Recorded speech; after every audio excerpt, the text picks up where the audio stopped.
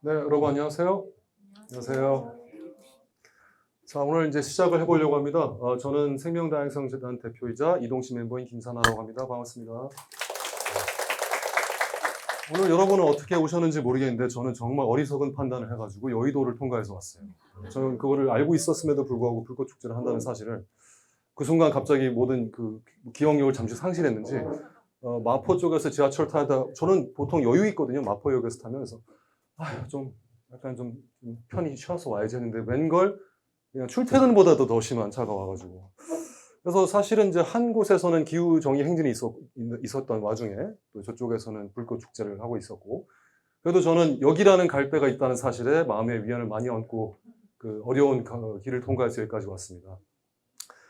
사실은 오늘은 전체 우리가 야생과 동물과 나라고 하는 제목의 사업을 지금 하고 있습니다. 그래서 바로 그저께 어제 다 좋은 시간들이 있었고 그 세 번째 시간인 오늘의 동물과 나라는 그 제목의 시간입니다. 근데 오늘 처음 오신 분들을 위해서 아주 잠깐만 얘기를 해드리면 저희는 한국에서 그리고 전 세계에서 야생이 돌아오도록 하는 것에 큰 힘을 싣고자 그리고 노력하는 사람들이고 특히 작년과 올해에 이어서 리와일딩이라고 하는 주제를 가지고 야생이 돌아와야 생태계에서 살아난다. 이 주제를 가지고 여러 가지 프로그램을 운영 중에 있고 그 마지막 행사인 오늘이 바로 동물과 나입니다. 근데 그저께 있었던 것은 한국에서 리와일딩 하는 단체들이 모여서 성과들을 알리는 시간이었고 어제 했던 것은 야생이 돌아오려면 숲을 놔둘 줄 알아야 된다. 막 숲 가꾸기 하거나 이런 거 하지 말고 이런 시간이었는데 오늘은 뭐냐? 동물과 나 얼마나 단순한 그리고 명확한 주제입니까? 우리가 일반인 포함해서 전문가도 여기 계시지만 동물하고 나하고 만났었던 그 만남에 대한 얘기를 나누는 자리예요. 근데 이런 자리가 사실은 얼마나 한국에 있었을까요? 제가 봤을 때는 없었을 것 같아요. 여기 그 최은명 선생님 어디 계시죠? 저기 안 보이는데? 저기 가장 야생동물 전문가 이런 자리 많이 가보셨나요? 처음이시죠. 예. 우리나라 국내 야생동물 전문가신데 동물과 나 이런 제목의 그 행사가 잘 없다는 게 신기하지 않으세요? 저는 이토록 흥미롭고 이토록 중요한 주제가 아직까지 이렇게 대놓고 없었다는 사실이 굉장히 의미심장하게 느껴집니다. 저는 야생동물 연구한 사람으로서 동물과 나라고 하는 그 짧은 두 마디가 거의 제 인생을 압축한다고도 말할 수 있을 것 같은데 여러분은 어떠신지 모르겠습니다. 근데 오늘 더 특별한 것은 그 동물과 나라는 만남이 보통 말하는 반려동물을 일단 제외시킨 만남이라는 사실이에요. 여기 물론 반려동물을 꼭 무시해서가 아니라 그 만남은 사실은 만남은 아니잖아요. 그렇죠? 왜냐하면 어느 정도는 좀 우리가 엔지니어링 된 거잖아요. 이렇게 뭐 구매하기도 하고 누구한테 분양받기도 하고 구출을 하기도 하고 이런 건데 이거는 정말 진정한 의미의 만남이거든요. 그래서 물론 그쪽 이제 반려동물까지 처음에 10가 하다가 그러면 여기 완전히 구성이 달라질 것 같아서 그거는 좀 피하고 싶었었던 게 사실 솔직히 있었습니다. 자, 그래서 저는 사실 긴팔 원숭이나 동물 연구하긴 했지만 그 외에 수많은 동물을 만나기도 했고 여러분들 저 말고도 여기 수많은 만남들이 있고 곤충에서부터 어류에서부터 조류에서 포유류 각종 만남들이 오늘 준비되어 있습니다. 전문가도 있고 일반인도 있고 정말 여러분이 다 오셨기 때문에 아주 재미있는 시간이 될 거라고 믿습니다. 제가 한 분씩 호명하며 그러니까 그때 그분만 호명해 드릴 건데 그 호명을 하고 나오시는 시간 동안 약간 쓸데없는 잡담을 좀 떨겠습니다. 그렇게 진행을 하도록 하겠습니다. 자, 우리 첫 번째 시간으로는 한상권 선생님을 모실 텐데 한상권 선생님이 나오시면 됩니다, 이제. 예. 새에 대한 얘기를 하시는데 이분은 정말 특징이 뭐냐면 한라산에서 출근을 한라산으로 하시는 분이라고 합니다. 그래서 한상권 선생님 큰 박수를 맞이하겠습니다. 네, 감사합니다. 못 모르고 그냥 여의도에 내렸는데 바꿔 타라고 정 작가님이 얘기해줘서 바꿔 탔는데 사람들이 너무 많은 거예요. 그래서 지하철을 잘 안 타거든요, 평소에. 또 탈 일도 없고. 제주에는 지하철이 없으니까요. 그래서 왔는데, 오늘 너무 많더라고요, 사람이. 제가 어렸을 때 이제 한 50년 전으로 되돌아가면, 그때는 진짜 이제 새벽에 어머님이 연탄재를 갖다 버리라고 해요. 연탄재를 갖다가 이제 바깥에다 갖다 버리고 있는데, 갑자기 저 등치만한 커다란 물체가 앞에 딱 밭에 있어요. 그래서, 이건 뭐지? 이러고서 막 가서 보니까 새예요.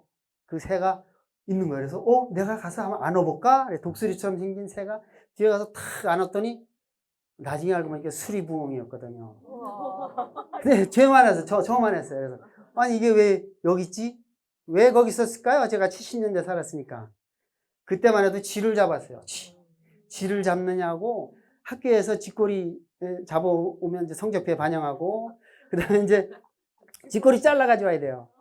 그다음에 쥐약을 다 놓으면 이 쥐들이 밤새 먹고 새벽에 아침 되면은 슬슬 나가서 술 먹은 거 마냥 비틀비틀해가지고 밭에 들에 널려 있으니 우리나라를 찾아왔던 그 큰 수리부엉이는 그것도 모르고 그걸 먹고는 돌아가십니다. 이제 돌아가지도 않고 중독돼가지고 이제 제가 갔다가 광이라래 부엌 안에 옆에 창고 거기다가 넣어놔요. 넣어놓고 매일 아침에 학교 갔다 오면 매일 학교 가서도 그 생각만 하는 거죠. 왜 공부를 못 한 거예요? 그 생각만 하는 거야. 저녁에도 맨날 개구리 잡아다가 맨날 주고. 어리도 다 진짜 살았어요. 한 일주일 되니까. 그래서 걔를 내가 방생을 했죠. 그때 그것이 이제 야생동물 구조라는 단어였지만 그때는 그런 개념도 없었죠. 제가 하고 싶은 얘기 그 얘기는 아니고 이제 10년 전에 제가 이제 저 팔당인 쪽에 있다가 사실 고니를 좋아해서 백조 아이들과 함께 뭐 고니 학교도 하고 막 이런 거 저런 거 하다가 이제 어떤 일로 인해서 이제 제주도를 가게 됐어요.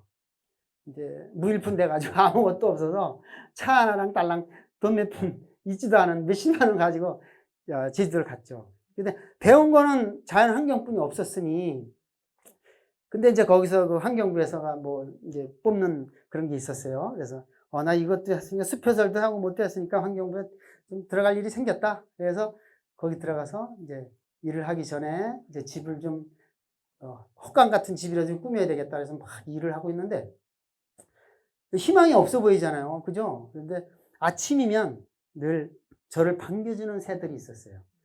그 숲속에. 그 새들이 누구냐면은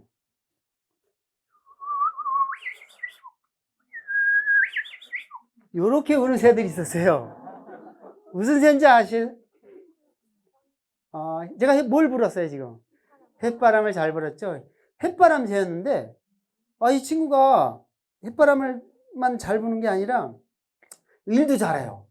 자기 집을 열심히 짓고 있어요. 몇 번을 내가 우리 집에서 한 10m 되는 조금만 걸어가면 막 그 나무 위에다가 집을 열심히 짓고 있는 거예요. 그래서 몇 번을 보았더니 너무나 정교하게 집을 잘 짓고, 또 아침이면 여명이 밝아올 때쯤은 꼭 나를 깨워주고, 또 뭐 점심때나 심심하면 또 같이 놀아주기도 하고, 너무나 좋은 거예요. 이 규칙적인 삶과 또 우리 인간에게 너무 행복을 주는 그 햇바람새가 제게 이때 있다는 것만으로도 커다란 위안이 됐죠. 그래서 열심히 또 공부를 했죠. 어떤 공부를 했냐. 이제 자연환경 공부를 한 거죠. 내가 제주에서 이겨내야 되겠다. 왜? 돈도 없어, 집도 없어, 가진 것도 없어. 그렇다고 학식이 높은 것도 아니야. 그러니까 자연에 대한 공부를 해야 되겠다.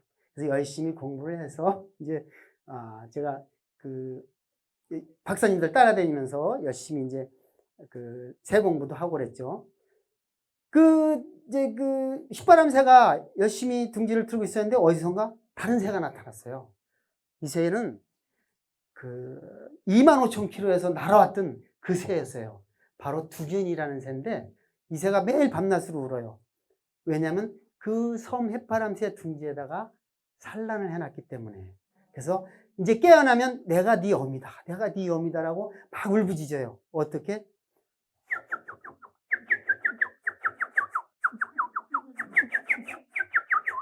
밤새 울음짖어요. 간혹 착각하는 사람이 있어요. 이거 소쪽새랑 다른 거예요.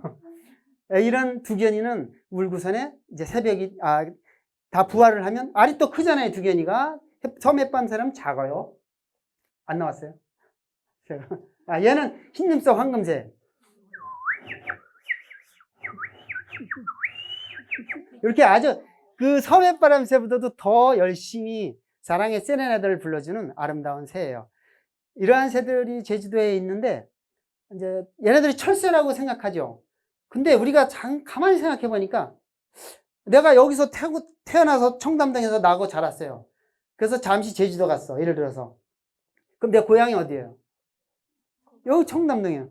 얘는 여기 알을 낳아서 여기 왔어요. 그럼 얘 고향이 어디예요? 얘 고향은 여긴 거예요. 대한민국이고 제주도고. 근데 우리는 가끔씩 와서 봐. 이동하니까 철새, 여기 사니까 텃새. 라고 생각을 했죠. 그런데 우리가 하나 또 간과해야 될 게 산업화가 되고 개발과 무엇을 열심히 우리가 행하다 보니까 굴뚝새라는 새가 있었어요. 이 굴뚝새는 너무나 우리가 지금 아쉬운 친구예요. 왜냐하면 70년대 전까지만 해도 우리 집집마다 굴뚝이 다 있었어요. 그래서 굴뚝 뒤로 가면은 이 새들은 항상 와가지고 친구를 해줬어요. 옆에 뭐 손으로 잡을 만큼 가도 얘는 도망가질 않았어요. 그래서 항상 친구를 해줬어요. 요렇게 아주 자그맣게 소리를 내는데 얼마나 우리가 친근감을 가져줬는지. 그러나 지금은 굴뚝새가 없어요. 왜냐? 숲으로 들어가 버렸어요. 사람하고 멀어졌어요. 너무나 가슴 아팠던 그 굴뚝새가 지금도 보면 항상 마음속에 울리는 굴뚝새 한번 찾아보세요. 바로 찾으실 거예요, 아마. 예, 찾아보시고 오늘 이렇게 초대해 주셔서 너무나 귀한 시간 감사합니다. 예. 잘 들었습니다. 그러면서 과연 수리부엉이를 뒤에서 앉는 기분이랑 어떤 기분인지 수리부엉이의 반응도 궁금하지 않으세요? 이렇게 안으면 약간 뭐 이렇게 하는 건지 가만히 있는지 없는지 알고 싶습니다. 참고로 이분은 1번 타자로 모시긴 했지만 누구나 나와서 이런 정도의 흉내를 잘 내셔야 되는 건 아닙니다. 그러니까 전혀 걱정하실 필요 없어요. 자기의 스토리를 하시면 됩니다. 그리고 여기 혼자 다른 의자에 앉아 계신 분이 있거든요. 보이세요? 다른 의자라는 게? 왜 이렇게 의자를 달리했느냐? 이분이 시간 관리를 하는 분입니다. 그래서 7분 스피치로 돼 있기 때문에 여기 나오신 분들은 물론 보다 보면 다 안 보이지만 3분 전이다, 1분 전이다 알려드릴 테니 유념해서 보시기 바랍니다. 자, 다음에 문선희 작가님 모실 텐데 문선희 작가님은 고라니의 일종의 대사라고나 할까요? 유명하신 분인데 고라니, 보통 우리 유해동물의 상징으로 알려진 이 동물들을 어떻게 접근해 주실지 무대로 모시겠습니다. 박수로 맞이해 주십시오.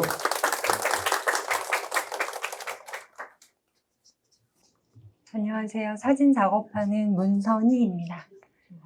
7분이라서 말을 좀 빨리 하겠습니다. 양해 부탁드립니다. 저는 산골에서 나고 자랐고요. 출근하려면 산을 내려가야 도시로 가잖아요. 구불구불 산길로 이렇게 내려가야 되는데 어느 날 이렇게 코너를 딱 돌았는데 사슴이 도로 위로 탁 뛰어오르는 거예요. 너무 멋진 포즈로 딱 서서 저를 바라보니까 너무 감격스러워가지고 와, 너무 신기하다. 차를 천천히 세우고 사슴을 딱 봤는데 사슴의 눈빛이 뭔가 너무 다급하고 절박한 거예요. 그래서 뭐지 하는데 사슴이 반대편으로 사라졌어요. 제가 멍에 있는데 몇 초 뒤에 흰 개들이 막 사슴을 뒤쫓더라고요. 쫓기고 있었구나. 출근을 했는데 너무 그 잔상이 남아가지고 멍한 거예요. 그래서 선생님들이 왜 그러냐라고 물어봐서 아침에 있었던 일을 이야기를 했어요. 선생님, 어떤 선생님 탁 팔짱 끼더니 사슴? 고라니? 노루? 이렇게 물어보시는 거예요. 그래서 저도 대답하려고 그랬죠.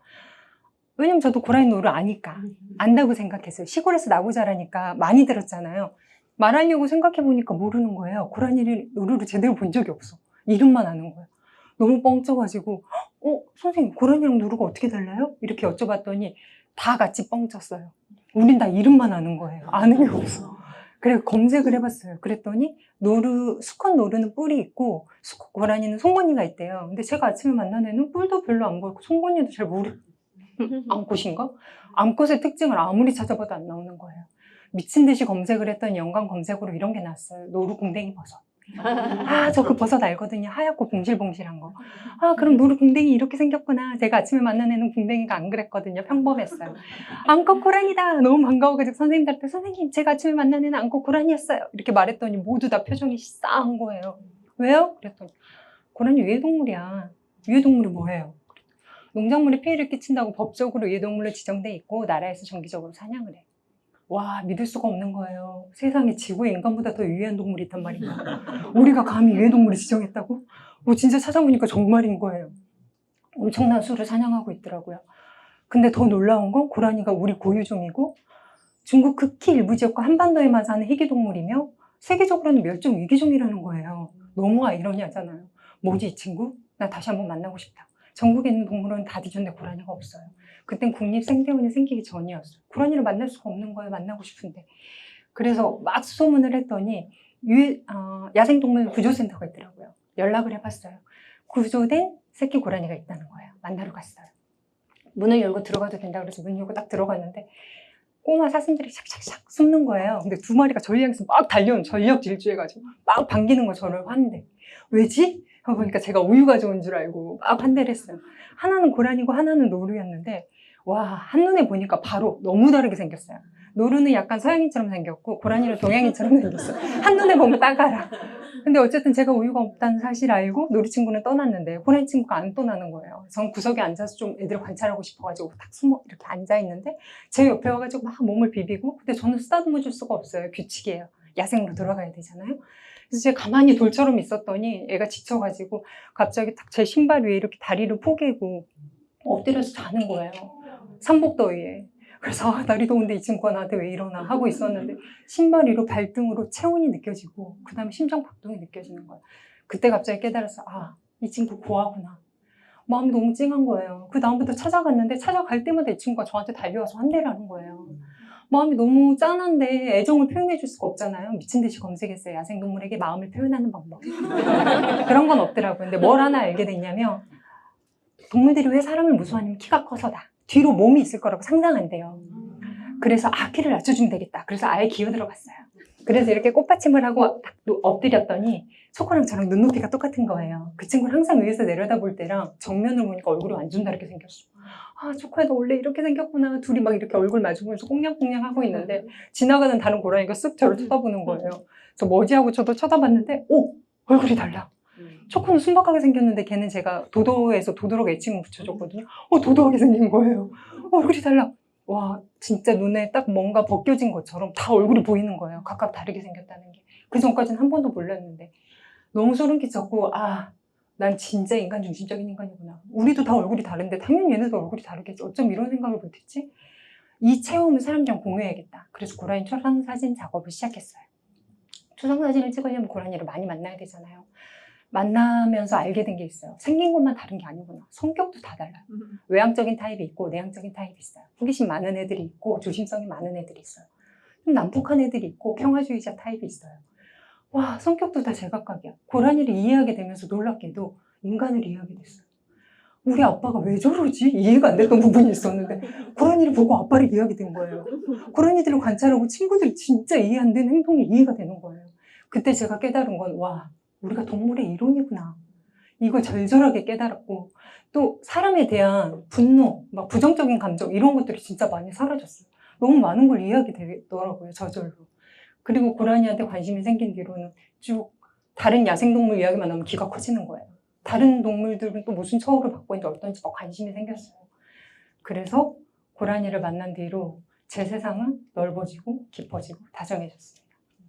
아직 시간이 얼마 약간 시한폭탄을 내고 있는 그런 기분이에요. 네, 다행히 시간이 남았답니다. 제가 사진을 보여드릴게요. 제가 만난 친구들의 초상입니다. 네, 이걸로 발표를 마치겠습니다. 감사합니다.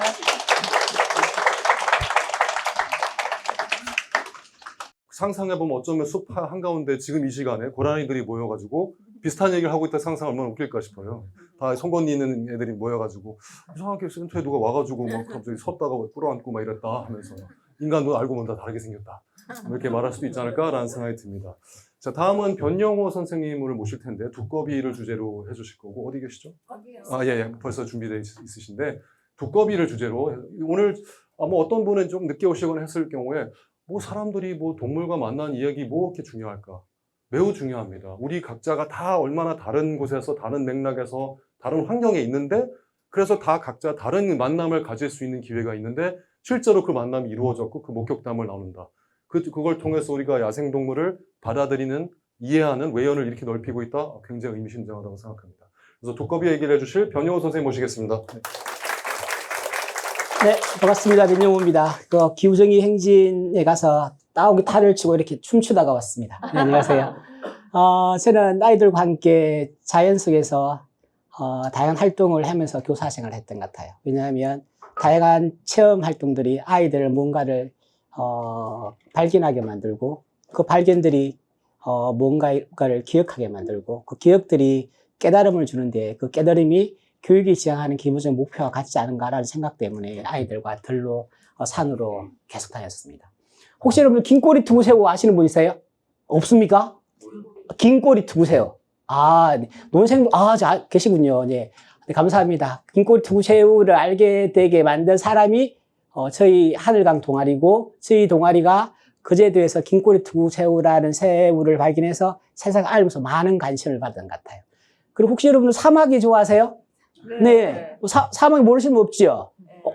여러분들, 우리나라는 지금 사마귀가 엄청 무섭고 두렵다 생각하지만, 사마귀는 전 세계 곤충 애호가들이 좋아하는 애완 곤충입니다. 그래서 저는 아이들과 함께 사마귀하고 1553일 동안 동거를 했고, 그 내용을 중심으로 해가지고, 우리나라에서, 사마귀 도감을 만들었어요. 하지만 제가 사마귀 도감을 만들고, 긴꼬리 투구새우 관련된 활동을 하면서 가장 큰 감동을 줬던 것은, 이게 사진 올려주십시오. 네. 이 두꺼비인 것 같아요. 여러분, 두꺼비 보이십니까? 두꺼비는, 겨울잠을 자고, 이 웅덩이에서 모여가지고 이렇게 서로 부둥켜 안고 알을 낳습니다. 근데, 네네네. 아주 치열한 경쟁이죠. 네. 다행입니다. 저는 두꺼비로 태어나지 않아가지고 장가까지 갔는데, 어떻게 하나. 근데, 아이들과 함께 두꺼비를 관찰하고, 보는 다양한 활동을 했는데, 다음 사진 부탁드립니다. 두꺼비가 로드킬을 되는 사건이 발생했어요. 깜짝 놀랐죠. 근데, 옆 동네를 가보니까, 옆 동네에서는 20m 구간에서 1년에 348마리가 로드킬 당했어요. 20m 공간에서. 그리고 그 다음에는 2018년도에는 그 공간에서 하루 동안 200마리가 로드킬 당했죠. 깜짝 놀랐어요. 왜 두꺼비들이 로드킬 당하나? 근데 그렇더군요. 인간이 산 가까운데 길을 내고 그 공간을 아파트로 개발하면서 두꺼비는 수억 년 동안 그 아래에 있는 웅둥이에 내려와서 알을 낳고 사랑을 싹 키우고 했는데 길이 나면서 두꺼비들이 로드킬 당했습니다. 그래서 저는 세상 사람들에게 세 가지를 말했죠. 두꺼비의 로드킬은 한 마리의 생명의 로드킬이 아니다. 저희 어머니께서는 학교도 못 갔지만, 제가 지리산 산골짜기에 살았어요. 산골짜기에 살면 가장 무서워하고 저주해야 될 생물이 하나 있는데, 그게 독사입니다. 왜냐하면 어머니, 아버지를 힘들게 하고 아니면 목숨까지 앗아가니까. 근데 어머니께서는 어느 날 이렇게 찬을 먹으러 가는데 독사 한 마리가 이렇게 또아리를 털고 있었지요. 근데 제가 독사를 보니까 어릴 때부터 죽여야 된다 생각하니까 돌멩이 들고 치려고 하니까 어머니가 그렇게 하지 말라고 했어요. 안 된다, 이 자식아. 와, 치기야지, 독사이가! 얘야, 봐라. 배가 볼라고 새끼를 베고 있다. 새끼 뱉는 놈은 죽이는 게 아니다. 그래서 어머니께서 작대기로 이렇게 가라 하면 독사가 갑니까? 독사, 하고 안 가면 그걸 물리치고 앉아서 밥을 먹었어요. 근데 새끼를 낳으러 온 두꺼비가 로드킬 당하다니요. 두꺼비 한 마리가 여러분 로드킬 당하면 2,000개에서 12,000개 알이 한꺼번에 죽습니다. 상개구리 한 마리가 로드킬 당하면 400개에서 800개 알이 한꺼번에 죽습니다. 그래서 저는 세상 사람들에게 양수 로드킬은 학살이라고 말했죠. 그리고 이거는 계속 일어날 수밖에 없다. 왜? 사람들이 두꺼비가 너무 작기 때문에 차로 지나가면 느끼지 못한다. 그래서 이 문제는 알아야만 해결될 문제다. 세상 사람들에게 어떻게 알릴까에 대한 고민을 했고, 그리고 이 문제는 인간의 욕심으로서 시작됐기 때문에 인간이 책임져야 될 문제다. 책임 행동을 요청하기 시작했죠. 그래서 아이들과 함께 양수 로드킬을 알리는 공공현수막을 만들고 10년 동안 계속 걸고 있습니다. 다음 사진 부탁드립니다. 네. 그리고 나가면 여러분들 이렇게 뭘로 보이십니까? 말라 죽어가고 있는 올챙입니다. 특히 최근에는 여러분들 기후위기로 인해서 불규칙적인 웅덩이들이 만들어서 수많은 이 올챙이들이 말라 죽어가고 있죠. 이 모습을 봤을 때 저도 어떻게 해야 되나 이 생각이 들었습니다. 그런 순간 내가 몇 마리라도 옮겨주면 되겠다 라는 생각이 들었죠. 그래서 양수를 구하는 따뜻한 실천 천사운동이라는 제안을 했죠. 100마리의 올챙이를 옮겨주면 한 마리는 개구리가 되지 않을까. 말라 죽는 4덩이 알덩이를 옮겨주면 보다 더 안전하게 옮겨주면 한 덩이는 올챙이는 되지 않을까. 라는 사실을 갖다가 활동을 제안하고 시민들과 생활하게 했죠. 근데 여러분들 그 내용을 페이스북에 올리고 SNS에 올리면서 사람들이 그 내용을 보고 하나 둘 따라하기 시작했죠. 지금은 여러분들 들판에서 양수리나 말라 죽은 생명을 보면 옮겨주는 사람들이 무지 많습니다. 감사합니다. 네. 그리고 제가, 그렇게 말했지요. 양수리와 공존을 꿈꾸면서 함께 살아갈 수 있는 그런 사람들을 모집합니다. 그런 사람들 저는 사랑개구리라고 부르겠습니다. 사랑개구리 하실 분 손들어! 이렇게 보냈지요. 근데 여러분들 5년 전에 이 손들어 했을 때 여러분들 너무나 놀랍게도 전국에서는 76명이 이 활동을 지지하고 활동하겠습니다. 고 말했습니다. 그리고 저는 그 다음에 말했죠. 대한민국에는 새로운 종이 출현했다. 그 종의 이름은 사랑개구리다.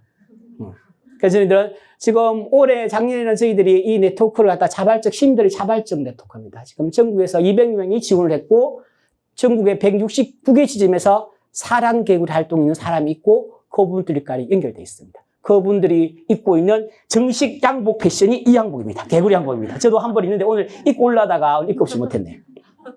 가끔씩 묻습니다. 사람들은 과연 착할까 아니면 악인일까? 저는 제가 만난 이 선한 호모사피엔스, 인간이 아니라 선한 호모사피엔스를 만나면서 인간이란 선한 존재다. 그 선한 존재가 지금은 그렇지 못하고 도움이 필요한 수많은 생들에게 손을 내밀한 시절이 왔다. 그것들을 실천하는 것들이 우리 시대에 필요한 언어이고 그런 언어들을 함께 외우고 엎쓰리고 하는 소중한 자리에 초대해 주셔서 너무나 고맙고 감사합니다. 내내 건강하시고 깨구리에 대한 사랑 부탁드립니다. 참고로 그리고 제가 3번째 대한민국에서 최초로 올챙이 도감을 지금 쓰고 있습니다. 만일에 쓴다면 여러분들 많은 사랑과 관심 부탁드립니다. 네, 이상입니다. 감사합니다. 네. 오늘 총 13분이 나와서 말씀하십니다. 3분 했으니까 10번 더 나올 예정이고요. 저는 두꺼비 사실은 예전에 굉장히 많았는데 한국에 보기 힘들어졌잖아요. 저는 예전에 이 김만민 작가랑 아마존 여행을 하다가 숙소 바깥에서 정말 거의 돌덩이 이만한 두꺼비를 만났는데 나뭇가지로 찔러도 끄떡도 안 하더라고요. 가만히 앉아가지고 그냥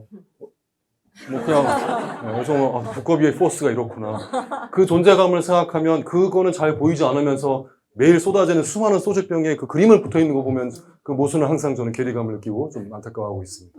이상 헛소리를 잘하죠. 자, 다음은 사냥이라는 주제를 가지고 김상미 씨께서 해주시겠는데 사냥 참 워낙 멸종위기 종을 만나기 어려운 종인데 어떻게 될지 기대가 됩니다. 무대로 모시겠습니다. 안녕하세요. 저는 경북 울진에서 왔습니다. 우리나라 그래도 최고의 금강송 군락지가 유명한 데잖아요. 네. 거기 혹시 금강소나무숲길 다녀보셨어요? 안 가보셨죠? 산불도 많이 났고요. 금강소나무 군락지예요. 금강소나무 숲길도 있으니까 한번 다녀가시면 좋겠습니다. 저는 2010년도에 이제 금강소나무 숲길이 오픈되면서 그 다음에 2011년도에 소나무 숲길에서 좀 안내센터에서 일을 좀 도와달라고 요청이 와서 그 안에서 이제 일을 하게 되었고 거기 안에 들어가서 이제 산냥이라는 친구를 처음 알게 됐습니다. 근데 그때 지역에 이제 과학 선생님이 아무것도 없이 그냥 자원봉사로 그 안에서 산냥을 알리는 활동을 하고 계셨어요. 그래서 저랑 좀 같이 돕고 같이 일을 했으면 좋겠다 해서 저도 이제 그때부터 시작을 했고 지금 이제 활동한 지 한 14년 정도 됐고요. 제가 앞에는 다 조금 아름다운 얘기를 많이 하셨는데 제 그림은 조금 다 아픈 애들이거든요. 그래서 좀 슬플 거예요. 근데 이것을 지켜내지 못하면 인류도 저희도 멸망할 거예요. 네. 첫 번째 사진 좀 부탁드릴게요. 혹시 산냥 잘 보셨어요? 보신 적 있으세요? 있으세요? 이 친구는 이 친구는 제가 이제 마을 인근에 내려와서 신고를 받고 갔었는데 그냥 이제 아픈 애인 줄 알고 계속 이제 한 달을 관찰을 했거든요. 결국은 살아가지 못했어요.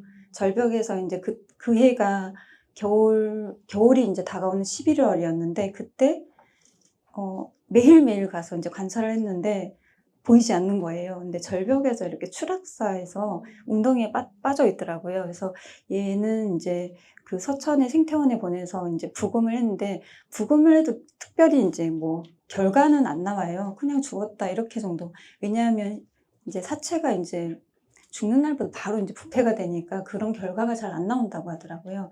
이 친구가 저는 굉장히 좀 기억이 많이 남았었는데 그냥 다른 결과가 없어서 어쨌든 넘어가고요. 그 다음 거 잠깐 보여줄까요? 제가 오늘 이제 말씀드릴 거는 어미 잃은 산냥 이야기를 좀 할 건데요. 예쁘죠? 네. 네, 생후 2개월 정도, 2주밖에 안 됐고 젖 먹는 애기예요. 애기인데 그 마을에 어떤 이제 주민이 이제 차가 많이 다니는 도로변에서 이 친구가 나와서 왔다 갔다 하는 거예요. 그래서 차들이 많이 이제 다니니까 차에 칠까봐 자기 집으로 이제 데리고 가서 보호를 하고 있었어요. 근데 사실 그렇게 되면은 그 주변에 분명히 엄마가 있단 말이에요. 엄마가 있는데 조금 더 관찰하면서 저희를 기다려줬으면은 그곳에서 다시 자연으로 보낼 수 있었거든요. 근데 제가 이제 도착했을 때 이제 보호하고 있는 그 댁에 갔을 때 얘가 이제 저를 마주했을 때 엄마처럼 막 졸졸졸 따라다녔어요. 그리고 제 품에 계속 오는 거예요. 그래서 저도 이제 아이 엄마지만 되게 조금 가슴이 아프더라고요. 그래서 사실 저희가 그런 정보도 없지만은 그렇게 데리고 오는 자체가 이제 엄마랑 아기랑 생이별을 시킨 거잖아요. 그래서 병원에 제가 이제 보내고 한 일주일 동안은 그 이제 모유는 아니지만 염소에 이제 젖을 계속 먹이고 잘 살고 있어서 건강하게 돌아올 줄 알았는데 일주일 후에 얘도 이제 살지 못했어요. 그래서 그렇게 또 보내고 그 동안 저는 이제 혹시나 어미를 찾을 수 있을 것 같다고 일주일 정도 다니면서 그 주변을 이제 훑어보고 했지만 만나지 못했어요. 네. 그래서 얼마나 엄마는 또 애타게 아기를 기다렸을까라는 좀 슬펐고요. 네. 그리고 또 두 번째는 잠깐 넘겨주시겠어요? 네. 제가 아가를 봤는데 두 번째 사진 지금 도로 위에잖아요. 하나 더 넘겨주시겠어요? 네. 그 아기의 엄마는 아니에요. 이건 최근에 7월인데요. 하나만 더 넘겨주세요. 네. 그 도로에서 이제 차갑게 쉬고 있는 그 친구를 마주하게 됐는데 이 친구는 제가 좀 관찰했는데 방금 전에 모유 수유를 했던 흔적이 있었어요. 그래서 네. 그래서 제가 이제 현장에 도착해서 이제 그 절개진 양쪽의 산을 이제 산 주변을 이렇게 좀 훑어보면서 어디선가 아기 소리가 날 것 같은 느낌이 드는 거예요. 근데 결국은 저희가 그 지역에서 이제 훑어보고 이제 조사를 해봤는데 찾지 못했어요. 아기는 없었어요. 네. 그래서 저는 이제 동물과 나와 이제 관계를 이렇게 이제 해서 이야기를 할 때 이걸 어떻게 풀어야지 하면서 이제 예전 10년 전의 아기랑 지금 이제 아기랑 좀 연결이 돼서 좀 이야기를 드리고 싶었고 이제 사람들이 저한테 14년 동안 도대체 너는 왜 산양을 지키는 일을 하느냐는 질문이 되게 많았어요. 저는 어쨌든 보호종이니까 보호종을 지키게 되면은 그 주변의 동식물 모두를 지킬 수 있다라는 어떤 것들이 생기더라고요. 네. 그래서 사실 저희 인간도 자연의 일부인데 동물이 지켜지면 저희도 지켜지는 거잖아요. 네. 감사합니다. 네, 사냥은 설악산 케이블카의 문제하고도 그랬고 또 아프리카 돼지열병 울타리 때문에 큰 이슈가 된 지금도 사실 해결되지 않고 지난 겨울에 100마리 이상이 폐사하고 그랬었죠. 굉장히 현재 국가가 하고 있는 일하고 가장 어떻게 보면 전선에서 고생하고 또 희생 당하고 있는 종이기도 합니다. 1000마리인가요? 그래서 공 하나를 빠뜨리는 엄청난 실수예요. 죄송합니다. 그래서 그 국가기관이 부검해서 그냥 죽었다는 말보다는 좀 잘했으면 좋겠죠. 죽어서 부검 맡긴 건데 죽었다는 말 하면 무슨 의미가 있겠습니까, 사실.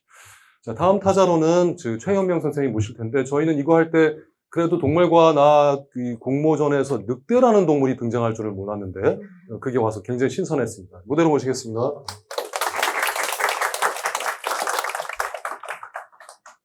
최명입니다.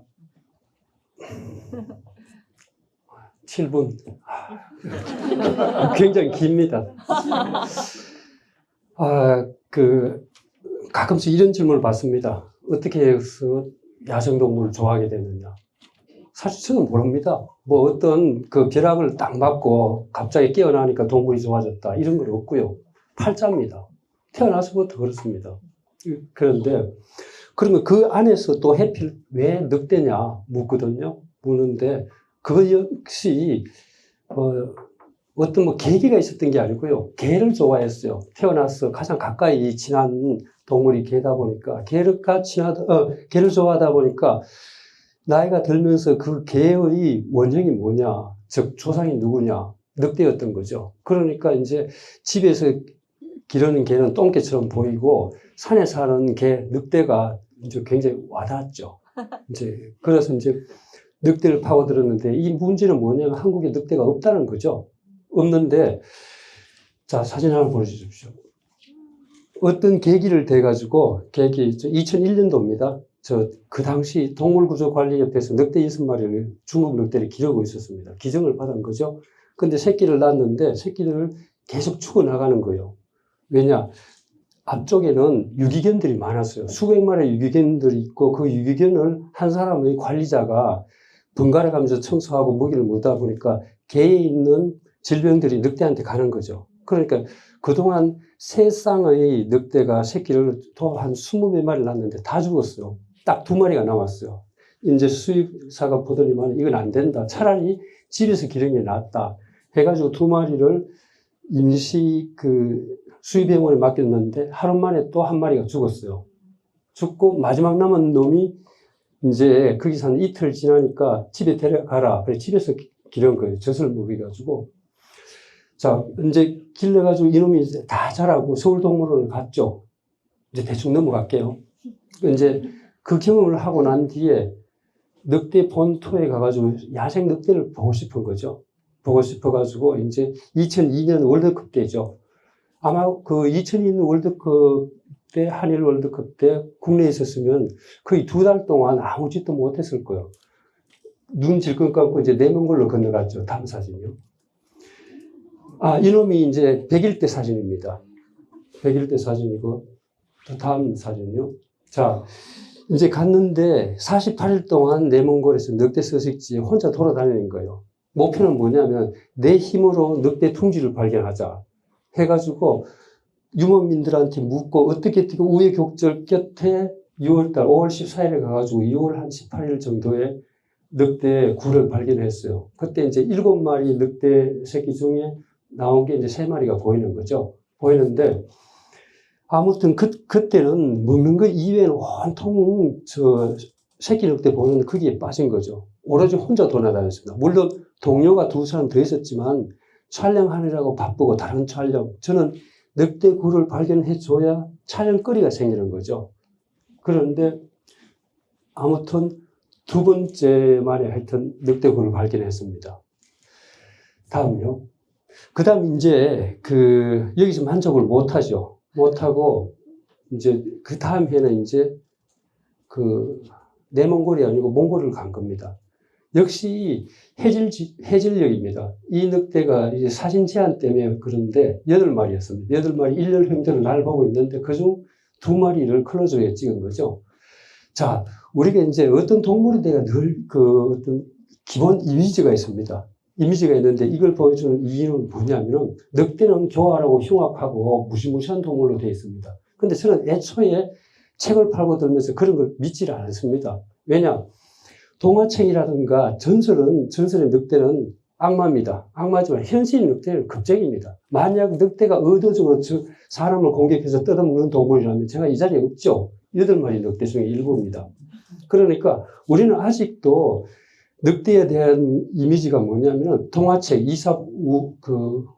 우화라든가 전설의 늑대 속에 아직도 깨어나지 못하는 거죠. 실제 늑대가 사람을 의도적으로 공격한다면 미국에서 늑대를 복원했겠습니까?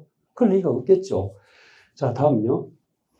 이건 이제 또 유목민이 사냥 나갈 때 저는 목에다 기다리고 있다가 도망치는 늑대입니다.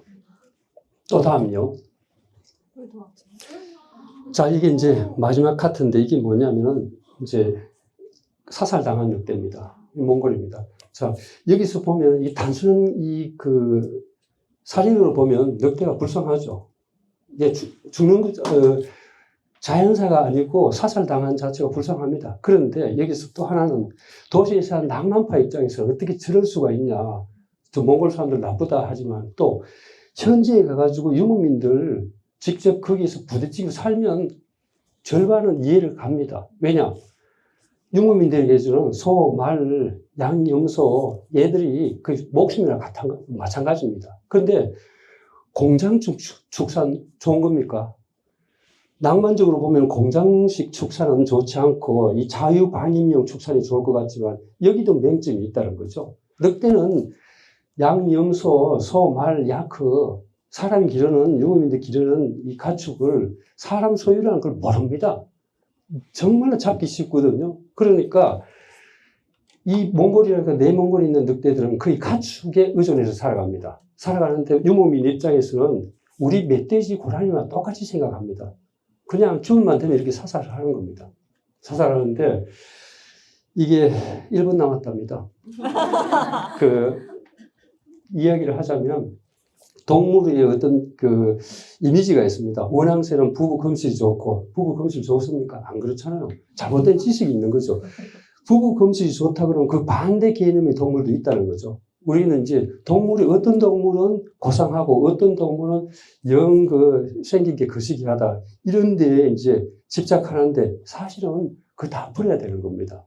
좋은 동물, 나쁜 동물 없습니다. 이상입니다. 네, 늑대라는 동물, 우리나라에도 원래 살았던 동물이죠. 그래서 저희가 이 야생을 복원하려고 할 때 후보 동물 중에 하나입니다. 사실은 언젠간 돌아오리라고 믿고 있고, 이미 서유럽에서까지는, 원래 동유럽에 훨씬 많고 서유럽에서는 많이 사라졌는데, 사람이 별로 노력하지 않았는데도 저절로 퍼져가지고, 독일, 프랑스, 심지어는 이제는 네덜란드, 벨기에까지 퍼져서, 바다만 건너면 영국 갈 수도 있다라는 말까지 나오고 있는데, 사회 문제도 많이 야기하고 있지만, 또 그걸 또 풀어보려는 노력도 많이 발생하고 있습니다. 몽골의 사례도 말씀해 주셨지만, 그래서 언젠가 우리도 그 현실적인 문제도 같이 고민하는 날이 있으면 좋겠습니다. 자, 다음은 사마귀에 관해서 말씀해 주실 분을 모시겠는데, 저는 개인적으로 너무 좋아하는 동물이고, 늑대라는 큰 포식자를 얘기했는데, 또 우리 곤충계의 또 가장 좀 멋진 포식자, 사마귀 얘기를 해줄 김가을님을 모시겠습니다. 안녕하세요. 저는 말주변이 없어서 글을 바로 읽으려고 합니다. 바로 읽겠습니다. 인간의 손이 닿기 시작하면 가지런하고 반듯하며 깨끗해야 하잖아요. 숲은 썩은 나무 하나도 제 역할을 하느라 죽어서도 멈추는 걸 모르는데 모든 것을 베어내고 다듬다 보니 작은 존재들은 보금자리를 잃거나 신체는 물론 생 그 자체를 잃기도 합니다. 그러한 개입이 잦은 숲에서 해설하는 일을 하는 엄마. 안타깝게 여겨 지나치지 못하는 존재들이 있었는데요. 이번엔 사마귀 알집입니다. 숲을 정돈한다는 이유로 이것저것 잘라내느라 어미 사마귀가 정성스레 붙여놓은 알집이 땅으로 떨어져 버린 거예요. 그날 바로 엄마는 집으로 알집을 가져왔고 우리는 시간이 흘러 한 계절을 통째로 지나고 있었습니다.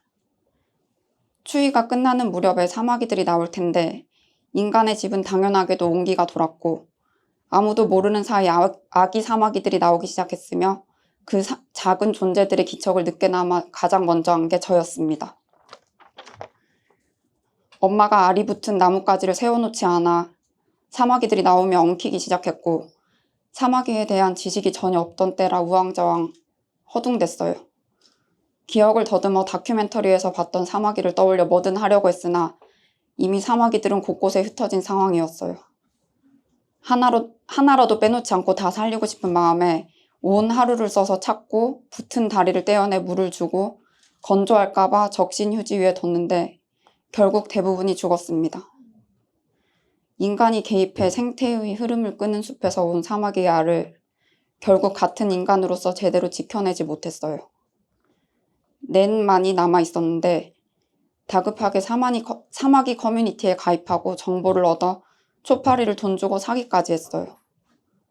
집에 들인 동물의 명을 이어주고 싶다는 생각으로 다른 동물을 돈 주고 사서 먹이로 주는 게 맞는지 자책하게 되었지만 당시 절망 속에 죽어가던 사마귀들을 보고 있자면 이렇게라도 해야 할 것만 같았거든요.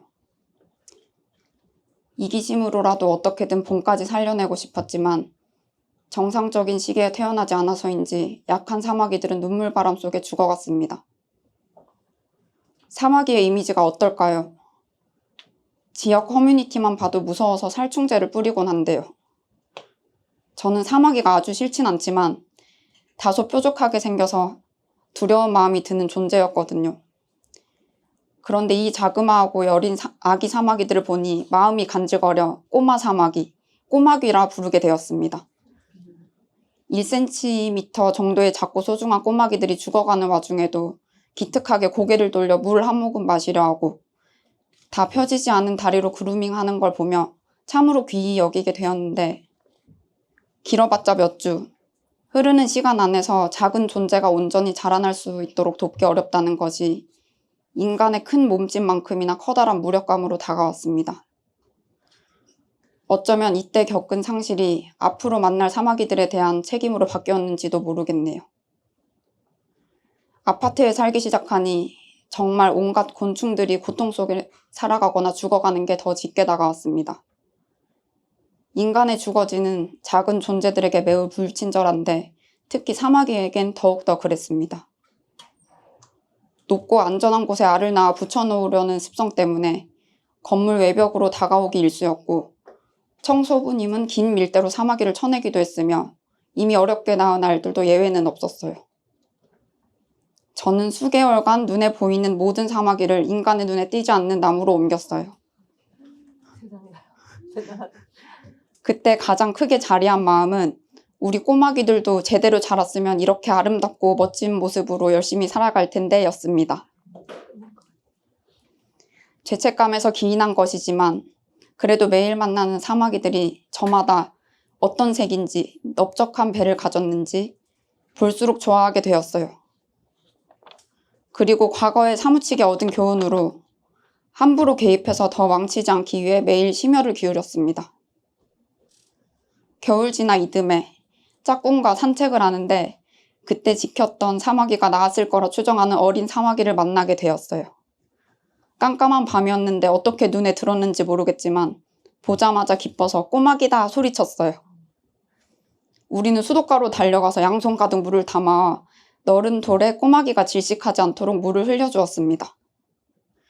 열심히 마시고는 의연하게 걸어가던 꼬마귀가 얼마나 대견했는지 몰라요. 작은 존재들 모두가 그렇겠지만 사마귀가 2령, 3령을 지나 종령으로 자랄 때까지 겪는 일을 생각한다면 종령 사마귀가 아주 멋진 존재로 다가옵니다. 1령에서 2령까지 살아남는다는 건 1cm의 몸으로 사냥에 성공했다는 것이고 그건 기적과도 같다고 생각해요. 저는 때때로 전으로 돌아가 저를 바라봤던 꼬마귀의 눈을 떠올립니다.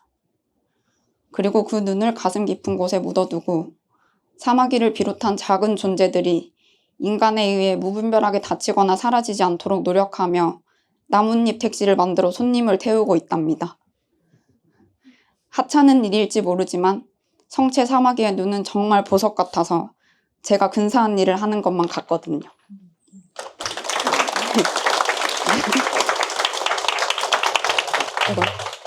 이 사마귀를 바라보는 이런 너무 아름다운 눈이 있어서 참 다행이라는 생각이 듭니다. 사마귀, 여러분 그 습성 중에 있는 거 아기보다 훨씬 큰 덩치 동물을 만나도 그냥 맞서는 그 자세를 취하는 게 있습니다. 정말 이러고 서가지고. 근데 아까 잠깐 언급해 주셨지만 사마귀는 고개를 돌리는 거의 유일한 곤충이거든요. 그래서 그거를 이렇게 옆에서 보면 이렇게 움직이면 이렇게 자기가 고개를 이렇게 쫓아가면서 보거든요. 이게 참 대단한 거예요. 생각해보세요. 다른 곤충은 못 하잖아요. 만약 모기가 한다고 생각해보세요. 벽에 붙어가지고 이렇게. 전혀 다른 맥락의 분위기로 다가오는데 사마귀 정말 영물이고 저 굉장히 좋아하는 동물입니다. 자, 그 다음에 우리 이동시 멤버인 그 김한민 작가께서 해주시겠는데 지금은 늑대는 사실 아까 몽골이었지만 원래는 또 한국 동물이기도 했으니까 한국 동물이 아닌 펠리컨으로 해주신다고 합니다. 무대로 모시겠습니다. 네, 제 경험담은 멀리 멕시코에서 시작합니다. 제가 시 셰퍼드의 일원으로 바키타 돌고래라고 하는 그 돌고래를 구하기 위한 그런 미션을 부여받고 멕시코의 근처에 한 바다에 배로 일종의 파견이 되었습니다. 이 바키타 돌고래는 왜 멸종이 되게 되었냐면 불법 어업 때문인데요.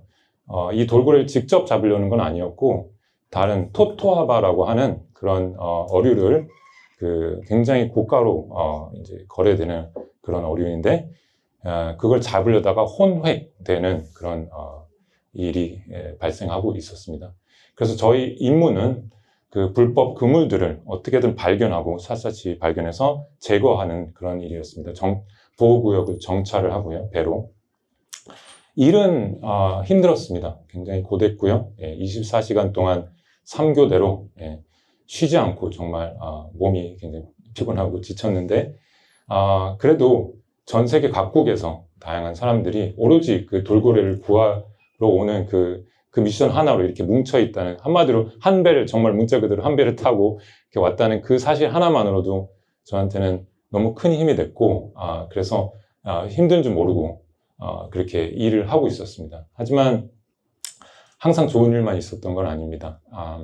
하루는 제가 이렇게 배에서 잠을 자고 있는데 사이렌이 울렸습니다. 그러면 두 가지를 의미합니다. 배에서 사이렌이 울리면 하나는 배에 불이 났다, 두 번째는 누가 물이 빠진 겁니다. 안타깝게도 두 번째 일이 일어난 겁니다. 밤에 불법으로 그물을 이렇게 설치하고 있었던 멕시코 어부 3명이 저희 정찰하는 배를 발견하고 이제 놀라서 황급히 도망을 치다가 아마도 좀 허둥지둥하던 상에 오조작을 해서 배가 뒤집히고 3분이 물에 빠졌습니다. 그래서 저희는 즉시 구조를 이제 했는데 2분은 바로 이제 구조가 됐으나 한 분은 저희가 72시간 넘게 정말 사투를 벌여서 구조를 하려고 했지만 못 찾았습니다. 그 이후로 저희 배는 굉장히 침울한 분위기가 됐습니다. 특히 저는 더 그랬습니다. 물론 저희가 잘못을 한 건 아닙니다. 왜냐면 뭐 법적으로나 사실관계적으로나 이분들이 뭐 불법인 걸 자기가 알고 있었기 때문에 도둑이 제발 돌린다고 진짜로 그렇게 했던 것이고, 저희는 그저 정찰을 했던 것이긴 하지만 그래도 사람이 죽었다는 그 사실, 인명피해가 발생했다는 사실 때문에 너무나 힘들었고, 이게 과연 맞는 접근인가, 인간과 동물이 같이 공존할 수는 없나, 이렇게까지 돼야 되나, 우리의 접근을 어떻게 보면 좀 수정해야 되는 게 아닌가라는 생각까지 저는 했는데, 저희 동료들은 좀 생각이 달랐습니다. 이대로 여기서 멈출 수 없다, 우리 바퀴다 돌게 구해야 된다. 그래서 어떤 간극이 발생했습니다. 저와 그 동료들 사이에 골이 좀 깊어졌습니다. 배에서 간극이 생기고 고립이 된다는 건 참 심리적으로나 정서적으로 굉장히 힘든 일입니다. 그 작은 배에서 70m도 안 되는. 그래서 정말로 좀 힘든 시기를 겪고 있었는데, 이제 몸도 더 힘들어지고, 그렇게 한 몸이 돼서 합심했던 사람들이 이제 멀게 느껴졌습니다. 갈 데도 없어요, 배에서는. 그래서 그때 배에서 힘들어지면 가는 곳이 배의 뒷갑판입니다. 거기서 망망대해를 바라보거나 밤하늘의 별을 바라보거나 이러고 있었습니다. 그랬는데 신데렐라 아시죠? 거기 보면은 주인공이 시리에 빠질 때 동물들이 구해주는 장면 있지 않습니까? 디즈니 만화에. 그게 저한테도 일어났습니다. 뒷갑판에 이렇게 시리에 빠져서 있는데 갑자기 한 무리의 펠리컨들이 이렇게 날아와서, 다음 장면 보여주시겠어요? 이거는 그 펠리컨은 아닙니다만 굉장히 비슷하게 생긴 멕시코 그 브라운 펠리컨인데, 날라와서 제 주변을 거의 그 뒷갑판이 좁은데 거기를 완전히 둘러싸듯이 거의 20마리가량 이렇게 있고, 저를 이렇게 보면서 저는 정말 진짜 놀랐어요. 이러고 있는데 그 펠리컨 특유의 그 철학자 같은 시선으로 이렇게, 제가 되게 흉내 잘 난다고 그랬는데 이렇게 보면서 무슨 일인데 왜 그래? 약간 그런 저한테 말을 거는 듯한 잘 내는 것 같지도 않은데, 아무튼 그런데 제가 이상하게 너무나 마술적으로 위로가 되더라고요. 펠리컨은 저한테 굉장히 소중하고 동경의 동물이었습니다. 갈매기의 꿈 읽어보셨나요? 거기 보면 주인공 조나단이 펠리컨의 그 저공 비행을 흉내내고 싶어서, 갈매기는 그렇게 못 날잖아요. 정말 부단히 노력하는 그런 장면이 나오는데 정말 멋있습니다. 펠리컨이 쫙 이렇게 저공 비행을 하는 모습을 보면 매료될 수밖에 없는데, 그 펠리컨들이 20마리 이상이 나타나서 제 주변에 이렇게 해주는 게 진짜 저는 너무 안 어울리긴 하지만 정말로 큰 위안이 됐고, 위로가 됐습니다. 제가 지금은 그래서 그 수년 후에 저는 지금 원주민 연구자가 됐는데, 한 원주민 분이 저한테 얘기를 해줬습니다. 새가 당신한테 찾아온다는 것은 반드시 어떤 메시지가 있는 것이다. 가령 그 부족한테는 벌새가 찾아온다는 것은 돌아가신 분 중에 사랑하는 사람, 우리 가족, 연인, 친구, 사랑하는 사람이 너한테 온 거다. 이렇게 얘기를 해주시면서 뭐라 그러냐면 많은 색깔을 주기 위해서 온 거다라고. 그게 무슨 말인 거 아니 물어보니까 많은 색깔, 형형 색깔의 좀 다채로움이 그들한테는 기쁨과 위로의 말이었어요. 위로를 해주러 온 거였다. 만약 그 말이 맞다면 그날 온 펠리컨들은 누구였을까요? 어쩌면 그 맘때쯤 돌아가신 저희 할머니였을까요? 아니면 제 강아지였을까요? 난이? 아니면 그 어부분이었을까요? 저는 알 수 없습니다. 하지만 그날 저를 둘러싸준 그 펠리컨들 덕분에 제가 다시 힘을 내서 활동을 할 수 있었고 조금이나마 돌고래 보호를 위해 기여를 할 수 있었고 그렇게 다시 저를 여기까지 있게 해준 펠리컨들한테 감사의 말을 지금에서나마 전하고 싶습니다. 감사합니다.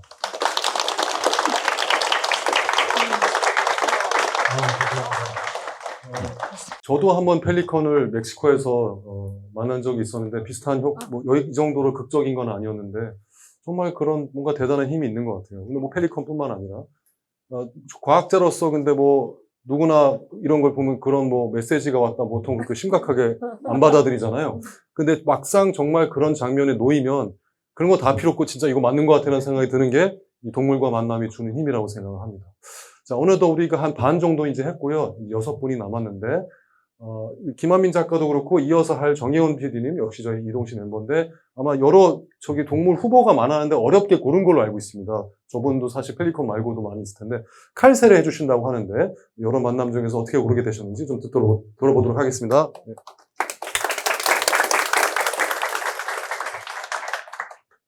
안녕하세요. 김한민 작가 좀 전에 펠리컨 흉내 냈잖아요. 사석에서도 많이 냈는데, 그때 표정이랑 오늘 진짜 달라요. 그때는 진짜 펠리컨이 약간 조롱하는 표정을 짓거든요. 아무튼, 저 어느 날 새를 엄청 좋아하게 돼서 이유를 알 수 없는데, 굳이 막 되돌아간다면 새한테 유한을 받았던 적이 있어요. 그리스에서 해질녘이 너무 아름다운 일몰을 바다 제비들이 엄청나게 날아다니는 걸 많이 봤어요. 근데 그게 너무 왕성하고 힘이 좋아서 되게 슬픈 날이었는데 굉장히 힘을 받았어요. 그다음부터 새를 진짜 좋아하게 됐는데 저는 뭘 좋아하면 항상 그에 관련된 책을 읽어요. 그래서 뭐를 좀 더 알고 싶으니까, 모르니까. 근데 새를 전혀 몰라서 그 당시에 여러 가지 책을 막 읽어요. 새에 대해서 잘 알고 싶어서. 그런데 그 중에 저녁의 비행이란 책이에요. 이게 뜻은 저녁의 비행인데 굉장히 많은 새가 나와요. 20가지 이상 새가 나오는데 그 중에 칼새라는 새가 나오는데 이 새를 읽었더니 진짜 신기하다. 진짜 이상한, 책에서도 그렇게 마법의 영역에 속하는 새다고 표현을 하는데 그 이유가 뭐냐면 그냥 한 번 날면 안 내려와요. 거기서 공중에서 먹고 공중에서 잠자고 공중에 짝짓기 하고 그다음 심지어 둥지조차도 상승 기류를 타고 날아온 애들로 집을 짓는 거예요. 그래서 한 번 날면 내려오지 않고 특히 어느 여름날 저녁에는 까마득히 높은 곳을 마치 무슨 신호를 들은 것처럼 막 올라가요. 그럼 사람들이 이렇게 볼 거잖아. 이렇게. 그래서 얘네들이 올라갈 때 이 사람들의 동적을 저녁의 비행이라고 그러는 거예요. 저녁의 비행. 책 제목, 저녁의 비행. 저녁의 기도가 되는 거예요. 칼새를 보는 동작이 이렇게 되는 거예요. 근데 제가 그걸 보고, 나 칼새 보고 싶다 하게 된 거예요. 나 칼새 한번 보고 싶다 하게 됐는데, 어디 가서 보지 했는데, 우리나라에 있는 거예요. 어디에? 우도에 있는 거예요. 그래서 나 이제 우도에 칼새를 보러 가야겠다고 마음을 먹고 있는데, 이게 웬일인지 우도의 작은 도서관에서 저한테 연락이 왔어요. 이제 강연을 해달라는 내용인데 제가 근데 저도 부탁이 있어요. 무슨 부탁이냐고 그래서 칼새 좀 보여주세요. 그랬더니 칼새요? 처음 들어보는데 그러는 거예요. 그래서 우도에 있어요. 그랬더니 어디에? 있어요. 건멀래 해변이라는 해변이 있거든요. 건멀래 절벽에 있어요. 그래서 우리 꼭 칼새를 봐요. 언제? 7월에 여름에. 7월에 어느 여름날 칼새를 보러 가기로 굳게 약속을 한 거예요. 아까 말한 대로 까마득히 높이 올라가는 그날 저도 이거 하고 싶어가지고 칼새를 보러 가기로 약속을 했는데 문제가 생겼는데 칼새를 보러 가기로 한 딱 그 일주일 전에 엄마가 갑자기 돌아가신 거예요. 근데 그 직전까지도 우도에서 막 연락이 와요. 작가님 칼새 찾았어요. 칼새 답사갔어요 하고 있는데 근데 돌아가신 거예요. 그래서 어떻게 할까 망설이다가 우도에 다시 전화를 했어요. 그랬더니 우도 사람들이 조금 무딘지 답사 갔다 왔는데 그래서 칼새를 보러 가기로 했어요, 무도회. 엄마 돌아가시고 일주일 뒤에 첫 번째 비행기를 탔는데, 사실 가지 말았어야 되는 게, 몰랐는데, 비행기를 타서부터 이제 울기 시작하는 거예요. 타서도 울고, 내려서도 울고, 또 바다 보이니까 바다가 보인다고 울고, 바닷가에 또 이렇게 걷는다고 울고, 계속 울고 있는데, 그 다음날 아침에 칼새를 도서관 분들이랑 보러 갔어요. 칼새가 있었을까요? 너무너무 많았어. 칼새가, 그 보기 힘들다는 칼새가 한가득, 그 경이롭다는 칼새가 한가득 있었는데 소리도 엄청 났어요, 선생님. 칼새 소리. 저도 새를 많이 알았지만 칼새 소리는 진짜 듣긴 들었어요. 근데 흉내낼 수가 없는 거예요, 인간이. 근데 작가님 한번 내보시고, 이 백록담에 올라가면 칼새가 너무 많아요. 아, 진짜? 진짜 손에 잡힐 듯이 네. 일반 핸드폰으로도 찍을 수 있어요. 아, 제가 못 찍었어요. 그냥 오느라고. 예. 같이 가죠. 네. 칼새 소리는 없는 걸로 하겠습니다. 아, 진짜 안 하세요? 작가님이 해주세요. 작가님이 해주세요. 아, 근데 칼새가 하늘 한가득 채우고 있었고, 그때 제 옆에는 이제 오도에 작은 도서관 분들이 있었는데 저한테 힘을 주고 싶었겠죠. 제가 어떤 심정인지 아니까. 그래서 옆에서 막 작가님 칼새 소리를 지르면서 와, 작가님 때문에 많이 왔어요. 이런 말들이 있잖아요. 정말 그때 물론 당연히 또 울었지만 그냥 온 건 아니고, 경이로운 동물을 보는 것을 결코 멈추지 않고 눈물을 흐르는데 칼새는 계속 보면서 했던 기억이 있는데, 그 뒤로 제가 알게 됐어요. 아, 나는 이렇게 힘을 내는구나. 제가 힘을 내는 방식은 자연의 경이, 이렇게 경이로운 것이 있다. 그리고 또 인간의 경이, 다른 슬픈 인간을 위해서 같이 시간을 내고 같이 슬퍼하고 위로하고 곁에 있어주려고 하고, 저가 힘을 내는 방식은 그 자연의 경이, 그리고 인간의 경이, 인간이 할 수 있는 경이로운 일, 이 두 가지 방식으로 힘을 내고, 살면서 보고 싶은 건 그 두 가지고, 또 어떻게 보면 크게 봐서는 살아가는 이유, 힘을 내는 이유, 다 그 두 가지인 것 같습니다. 그래서 수많은 동물, 사실 가끔 생각해요. 인간의 살면서 원하는 게 제일 뭘까 생각하면 깜짝 놀라는 거거든요. 너무 신기해서 와 하고 놀라는 거 제일 좋아하거든요. 그러니까 우아한 인간을 좋아해요. 우아 말고 우아한 인간을 좋아하는데, 그 우아에 포함되는 거, 칼새 우아, 그렇습니다. 그래서 제가 오늘 다른 여러분, 저 자신도 할 수 있는 동물이 정말 많았는데, 결국은 우리 오늘 행사를 포함해서 이거 동물관나 준비할 때도 그랬지만, 우리가 할 수 있는 우리가 볼 수 있는 자연의 경이가 있고, 그 경이에 감탄하고, 그 경이를 살려놓고 싶어 하고, 지켜놓고 싶어 하고, 또 경이를 나누고 싶어 하고, 이게 우리가 함께 있는 이 시간의 의미가 아닐까 생각합니다. 칼새의 소리 멈추지 않고 들렸었는데 같이 못 들어서 아쉬워요. 네, 언제 칼새 보러 가요. 감사합니다.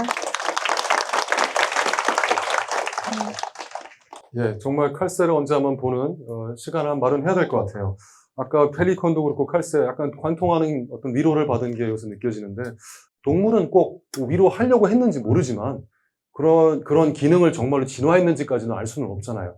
하지만 뭔가 그런 그 나타남 자체, 아까 펠리컨도 굳이 사람 근처에 안 올 수도 있잖아요. 근데 왜 그런지 왔고, 칼새도 그 위에서 날았고, 또 인간은 거기에서 뭔가 위로를 얻어내는 능력이 있잖아요. 그래서 뭔가를 보는 능력이 있고, 이 동물의 그런 현상과 그 인간의 능력이 만나서 생기는 이런 위로, 그 다음에 거기서 어떤 공감, 이게 바로 우리가 이 야생동물과 동물과 나가 가질 수 있는 너무너무 소중한 관계자 합작품이라는 생각이 듭니다.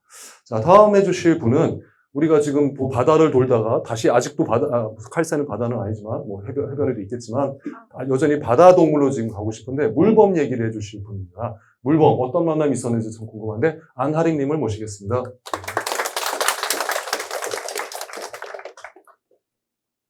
네, 안녕하세요. 저는 전박이 물범과 만난 경험담을 낭독을 하게 된 안하림이라고 합니다.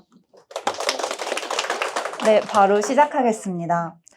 어느 물범, 넓고 큰 일렁임.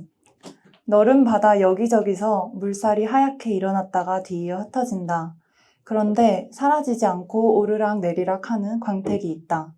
전박이 물범의 반질반질한 둥근 머리가 햇빛을 받아 빛난다. 검은 코를 하늘로 치켜든 채로 머리만 동동 떠 있다. 치카든 코 아래턱에는 회백색 바탕에 검은 물감을 묻힌 붓으로 턱턱 점을 찍은 듯한 무늬가 있다. 코 양옆으로 흰 수염이 주둥이를 따라 아래로 뻗어 있고 눈이 동굴같이 검게만 보인다. 눈보다 약간 뒤통수 쪽에는 한쪽 콧구멍 크기의 귓구멍이 벙 뚫려 있다. 하늘로 향하던 주둥이를 잠시 수면과 평행하게 하여 나를 바라본다. 물방울을 거꾸로 한 듯한 모양의 콧구멍 두 개가 아래쪽에서 만나 콧구멍이 열릴 때면 마치 하트처럼 보인다. 바다에 떠있는 물범에게서 매끄럽고 건실한 몸을 엿보는 것은 물범이 옆으로 곡선을 그리며 잠수할 때이다. 그런가 하면 어느 물범은 하늘을 바라본 채로 솟아있던 머리의 뒤통수를 물속으로 굴리며 잠수한다. 우리가 보지 못하는 수면 아래에서 물범들의 몸은 어떻게 움직이고 있을까? 썰물 때 겨우 드러난 바위 주위로 물범들이 삼삼오오 모인다. 아주 실한 고구마같이 가운데가 가장 두터운 몸체가 곧 드러날 것이다. 한 물범이 턱과 가슴팍을 바위 가장자리에 걸치고 양쪽 뒷발을 하나로 모아 꼬리인 양 위로 올려든다. 똥실한 몸 전체에 힘을 줘서 튕기며 움직인다. 물살이 바위를 철썩 때리는 타이밍에 맞춰 또 한 번 온몸을 들썩인다. 둔탁한 움직임으로 바위 안쪽에 안착한 물범은 제법 노련하게 자리를 지킨다. 짧은 앞발은 뭔가 하나가 된 듯 옆구리인지 배인지 모를 곳에 착 붙이고 있다.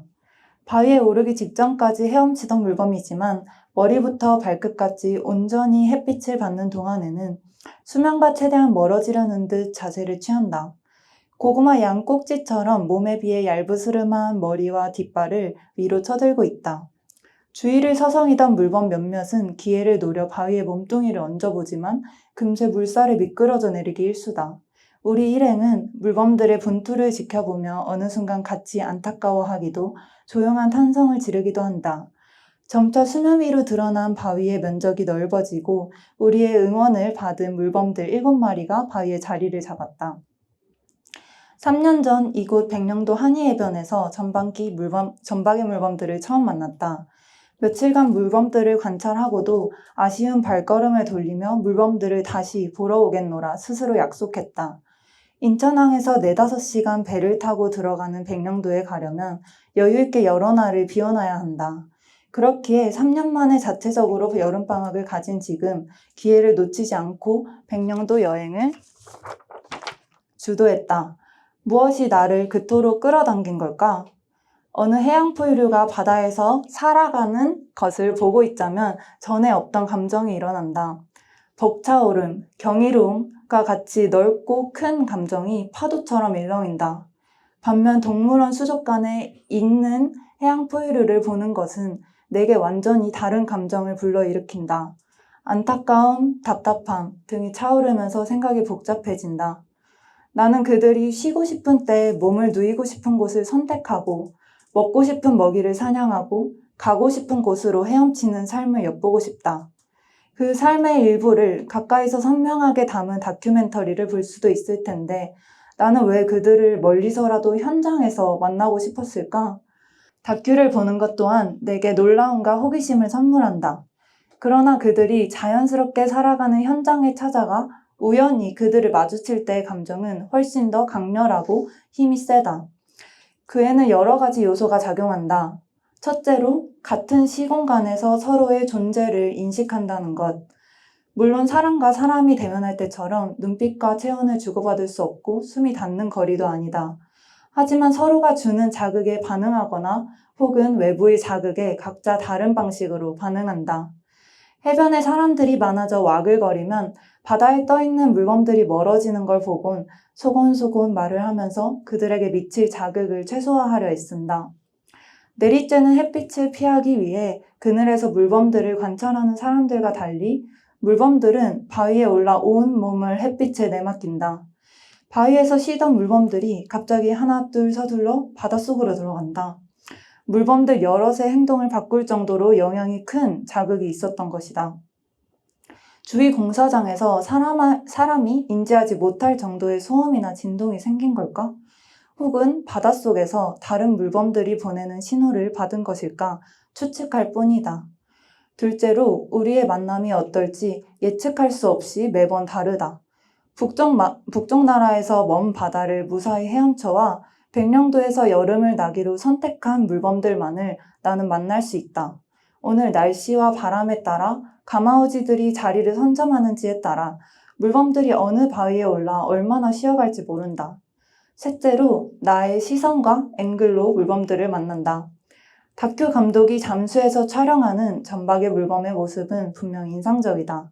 그렇지만 그보다 더 나를 미소 짓게 하는 기억은 한 물범이 바위에 대고 있는 옆구리가 눌린 듯 두터운 몸에 그늘진 선이 생긴 모습이다. 또 다른 물범은 양쪽 눈 위로 하얗고 굵은 눈썹을 가진 듯한 얼굴이다. 게다가 눈썹인 척하는 그 무늬는 가쪽이 처져 있어 울상인 표정을 연상케 한다. 전박이 물범을 비롯한 야생동물과 직접 만나고 싶어하는 욕구를 설명해 보려 했었지만 사실 언어로 설명할 수 없는 것이 더 크게 작용할지도 모르겠다. 단지 마음이 갈 뿐이다. 25년도 8월 백령도 전박이 물범과의 만남 들어주셔서 감사합니다. 잘 들었습니다. 마치 같이 간 것 같은 느낌이 들고요. 사실 이거 공모전을 받으면서 찍은 사진, 그림 있으면 보내달라고 요청을 드렸는데 너무 잘 그린 그림을 보내주셨고 이외에도 사실 많은 좋은 작품들이 있어서 선정에 많은 어려움이 있었습니다. 사실은. 여기 갑자기 그 말만 좀 하고 싶은데 아까 잠깐 어떤 소리가 나면 물에 들어간다고 그랬잖아요. 저희가 올해 그린보트 비판하는 활동도 하고 그랬는데 크루즈 같은 거가 좀 커진 게 접근하면 쟤네들이 이제 쉬다가 물로 들어가는 참는 거리가 많이 빨리 들어간다고 합니다. 뭐가 나타나면 빨리 들어가기도 하고. 그래서 그런 행동들도 하나 지켜보는 것이 야생동물과의 만남에서 중요한 하나의 또 요소가 된다고 생각합니다. 자, 다음에 해주실 분은 이건 정말 예상치 못했던 종이 하나 또 출연했는데, 개볼락이라고 하는 어류. 사실은 지금 굉장히 다양한 분류군을 우리가 섭렵하고 있죠. 예. 그래서 보통은 다 그냥 무슨 먹거리로만 생각하거나 지나치기 쉬운데, 어류에 대한 얘기를 해주실 신윤정님 모시겠습니다.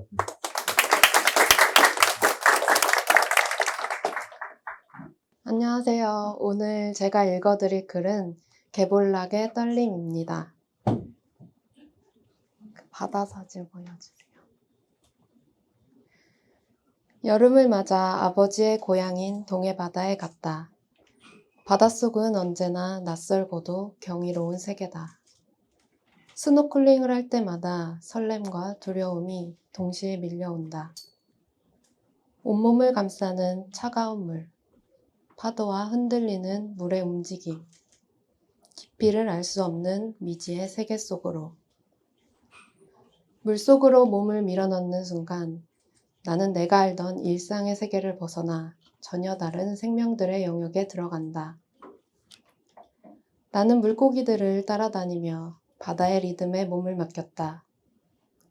큰 물고기가 내 옆을 스쳐 지나가며 눈이 마주친 순간 낯선 존재와의 교감이 어색하지만 강렬하게 스쳐갔다. 인간이 아닌 존재의 시선을 마주한다는 건 묘한 긴장과 떨림을 준다. 나는 흥분해서 엄청 큰 물고기를 만났다고 소리쳤다. 이전 사진. 얕은 바다를 관찰하다 바위 틈에서 개볼락을 만났다. 작은 뜰채를 들고 숨바꼭질을 하듯 따라다녔지만 개볼락은 요리조리 피하며 나를 놀리듯 사라졌다. 다시 만났을 때 나는 잠시 멈추어 낯선 존재의 움직임을 매우 집중해서 지켜보았다. 바닥에 붙어갈 때는 느리고 앞으로만 나아간다는 것을 발견했다. 그제야 앞길을 가로막듯 뜰채를 대었고 마침내 잡을 수 있었다. 뜰채 속 개볼락을 손으로 움켜쥐는 순간 소름과 전율이 온몸을 휘감았다. 좋으면서도 징그럽게 느껴지는 그 감각은 어른이 된 나의 양가적 마음을 드러냈다. 도시의 빠르고 건조한 삶에 익숙해진 나는 생명을 대하는 일이 낯설어져 있었다. 그런데 그 순간 잊고 지냈던 어린 시절의 기억들이 마구 되살아났다. 자연 속에서 물고기와 곤충 같은 동물들과 함께 마냥 신기하고 호기심 넘치고 교감할 수 있었던 어린 시절이 떠올랐다. 새로운 물고기, 새로운 곤충을 만나는 것이 큰 기쁨이었던 날들. 프루스트가 홍차와 마들렌을 통해 잃어버린 시간을 되찾듯 개볼락의 꿈틀대며 미끈한 촉감이 나의 잃어버린 기억들과 감정을 되살려 주었다. 다시 아이가 된 마음으로 주변의 아이들과 함께 설레는 마음으로 구경한 뒤 조심스럽게 개볼락을 다시 바다로 돌려보냈다. 개볼락은 금세 넓은 바다로 사라졌지만 그 떨림은 내 안에 여전히 생생히 남았다. 며칠 뒤 도시로 돌아와 비 온 후 보도블럭 위에서 지렁이를 만났다. 예전 같으면 지렁이를 만지는 것이 무서워 나뭇가지를 집어들어 옮겼겠지만 이번에는 주저하지 않고 손으로 잡아 올렸다. 꿈틀대는 몸짓은 여전히 조금 무서웠지만 동시에 살아있는 에너지가 내 손끝을 타고 들어왔다. 그것은 더 이상 징그러움이 아니라 생명의 떨림으로 느껴졌다. 다음 사진이요. 나는 살아있음을 주제로 시각예술 작업을 해왔다. 나는 그동안 내 안에 살아있음만 들여다보고 있었다는 것을 이번 경험을 통해 크게 깨달았다.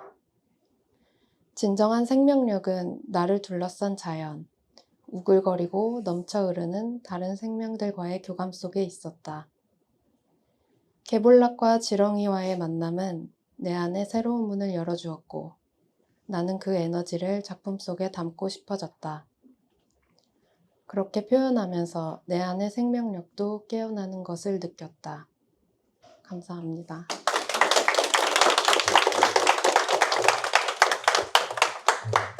특히 저렇게 아예 매질이 다른 곳에 사는 생물, 저기 아예 물속에 항상 있고 우리는 바깥에 있는 그런 우주 자체를 아예 이동할 때가 그 경험의 그 폭이 어떻게 보면 더 커지는 것 같기도 하고, 갑자기 그 옆으로 걷는 개가 막 발견하기 어려운데 있길래 하필이면 해변 사람이 많은 쪽으로 가는 거를 바다 쪽 유도한다고 그게 힘들었어요. 제가 오히려 유도하려는 제가 뭔가 문제 있는 거라고 생각하고 이제 막 딴 데로 가려고 해가지고 사실은 결국 성공은 하긴 했는데 굉장히 어렵사리 딴 데로 보내는 게 기억이 나고, 하여튼 그 다른 세계의 생물하고 교감하거나 신호를 주고받는 게 참 어렵다 이런 생각을 한 적이 있습니다. 자, 다음은 애벌레 순서가 되는데요. 애벌레라고 하는 건 사실은 종은 아니지만 정확하게 애벌레도 동정하기는 참 어렵습니다. 하시는 분도 계시지만 어쨌든 애벌레 얘기를 해줄 안재호 씨 무대로 모시겠습니다.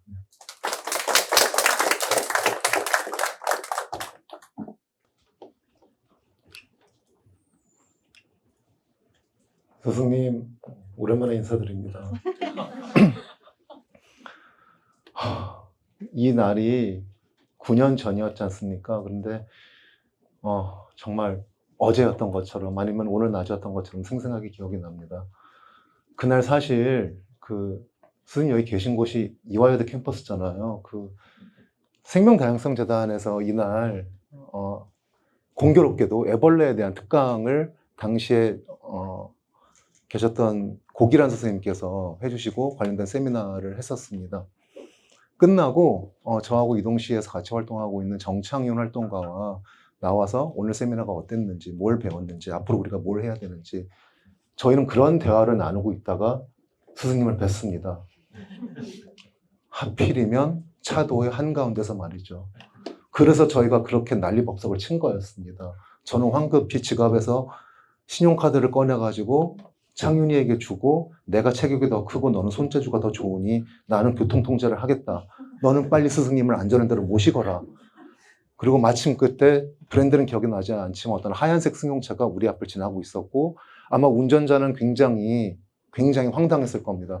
앞에 아무것도 없는데 운전석에서는 보이지 않을 테니까 말이죠. 저 거인이 도대체 뭘 하고 있는 거지? 왜 멈춰달라고 하고 있는 거지? 하지만 다행히도 창윤이가 스승님을 잘 모셔가지고 저희는 은근에 있는 이렇게 나무에 모셔다 드렸습니다.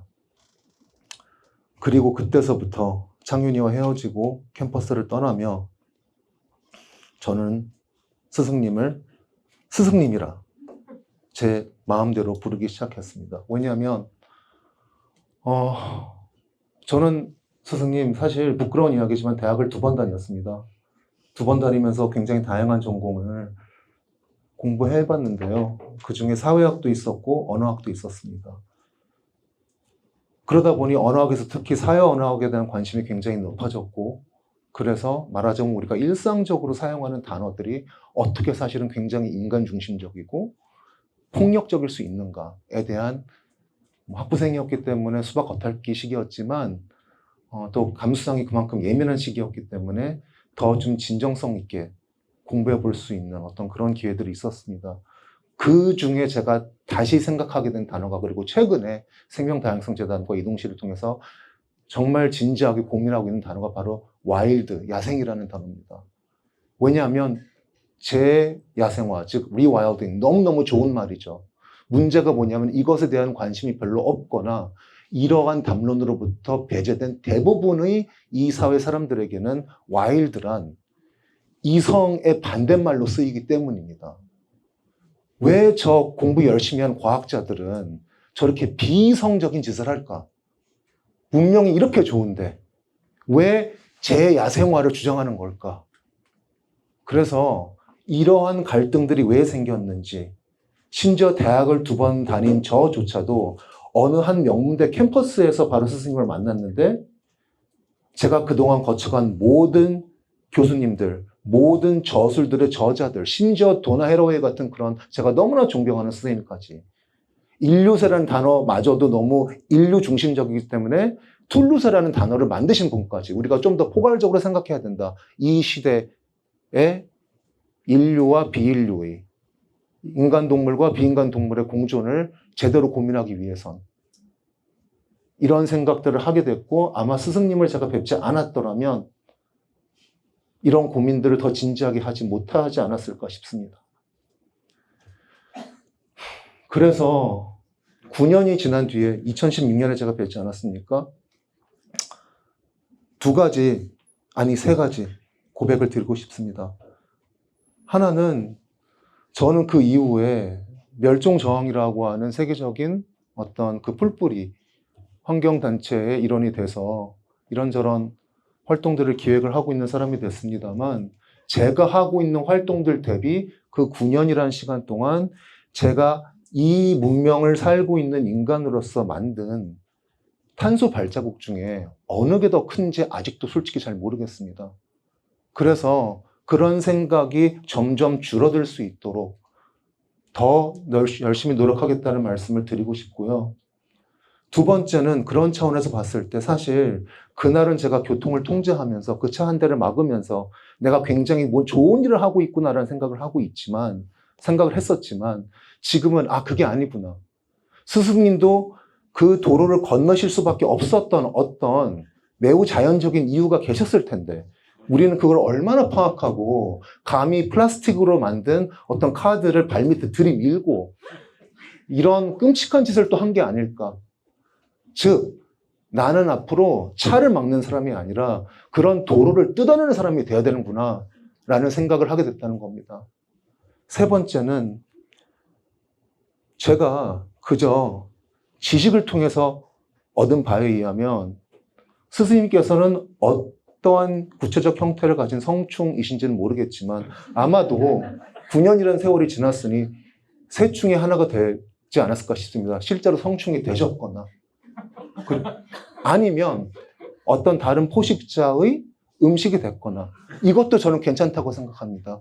생태계에서 자연스럽게 일어나는 일이니까요. 아니면은 또 다른 차에 치이셨거나, 즉 굉장히 부적절한 방법으로 돌아가신 게 아닌가. 하지만 만약에 우리의 이 굉장히 부족함이 많았던 정창윤과 저의 노력을 통해서 성충이 되셨다면 저도 언젠가는, 그리고 이 자리에 모인 여러분들이 어떤 이러한 노력들이 우리도 아름답게 날개를 펼칠 수 있는 그런 날이 올 수 있기를 희망해보고 꼭 그렇게 하고 싶다고 다시 한번 선언합니다. 스승님 고맙습니다.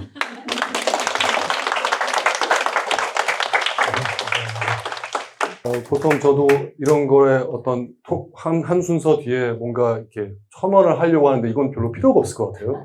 충분히 얘기가 된 것 같고, 다만 한마디 하고 싶은 건 아까 꼬마기에서 또 애벌레까지 한 행사에서 어린이 곤충이 2번 언급된 게 우리나라 역사상 한 번도 없었을 거란 생각이 혼자 들고 있습니다. 자, 오늘 또 이어서 2분 남았으니까 이제 거의 끝나가고 있는데 2분 이후에 잠깐 어떤 자리 하나 가질까 싶기도 하고요. 오늘 최연소 연사님을 모셨는데 다람쥐 얘기를 해줄 이혜인님 모시겠습니다. 무대로 받아오십시오. 안녕하세요. 중3 이혜인, 체드윅 국제학교 다니고 있는 이혜인이라고 합니다. 반갑습니다. 제가 오늘 낭독을 한번 준비를 했는데 한번 읽어보도록 할게요. 무성한 에메랄드 초록빛 들판과 마주하는 반짝이는 고층 빌딩들 사이에 어느 10살 소녀가 서 있었다. 사람들은 높은 빌딩들 사이를 바삐 오가며 각자 사회에서의 자리를 향해 걸어가고 차들이 쌩쌩 지나가며 들려오는 고통소음이 공기를 가른다. 하루의 따스함이 군중을 감싸며 활기찬 분위기를 더하고 사람들의 웃음소리와 새들의 소리, 그리고 멀리서 들어오는 엔진 소리가 함께 어우러진다. 이 생동감 넘치는 도시 풍경을 감상하며 몸을 돌려 도시의 반대편, 자연이 무성한 공원 쪽을 바로 보았다. 초록 잎사귀들이 바람에 춤을 추고 있고 나뭇가지들이 여름바람의 리듬에 맞춰 흔들렸다. 소녀의 코 안으로 휘감아 들어오는 따뜻한 공기를 깊게 들이마시며 도시 속 자연의 어우러짐을 눈을 감고 느꼈다. 그때 시안 쪽에서 무언가가 움직이는 소리가 들렸다. 시선을 내리니 땅 위에 작은 털북숭이 생명체가 보였다. 완벽한 짙은 밤색 털에 작은 털가시들이 삐쭉삐쭉 튀어나와 있었다. 귀를 실룩거리며 작은 앞발로 얼굴을 부지런히 비비고 있었다. 1마리, 2마리, 그리고 여러 마리의 작은 생명체들이 내 주위를 에워쌌다. 그중 유일한 하얀 털북숭이 생명체가 나에게 대화하듯이 다가왔다. 나는 땅 위에 있는 작은 친구에게 눈을 떼지 않은 채 천천히 무릎을 꿇었다. 오, 다람쥐구나 라고 혼잣말했다. 다람쥐는 천천히 고개를 들어 나를 향해 몸을 기울였고 내가 앞에 있는 이상한 물체라도 되는 양 코를 공기 중에서 조심스레 킁킁거렸다. 이 작은 생명체의 눈동자는 마치 짙은 초콜릿 색깔처럼 강렬하게 빛났다. 나는 그 시선을 돌려주며 왜 이 세상에서 나만이 유일한 사람인 것처럼 나를 쳐다보는지 궁금했다. 도망가질 않네?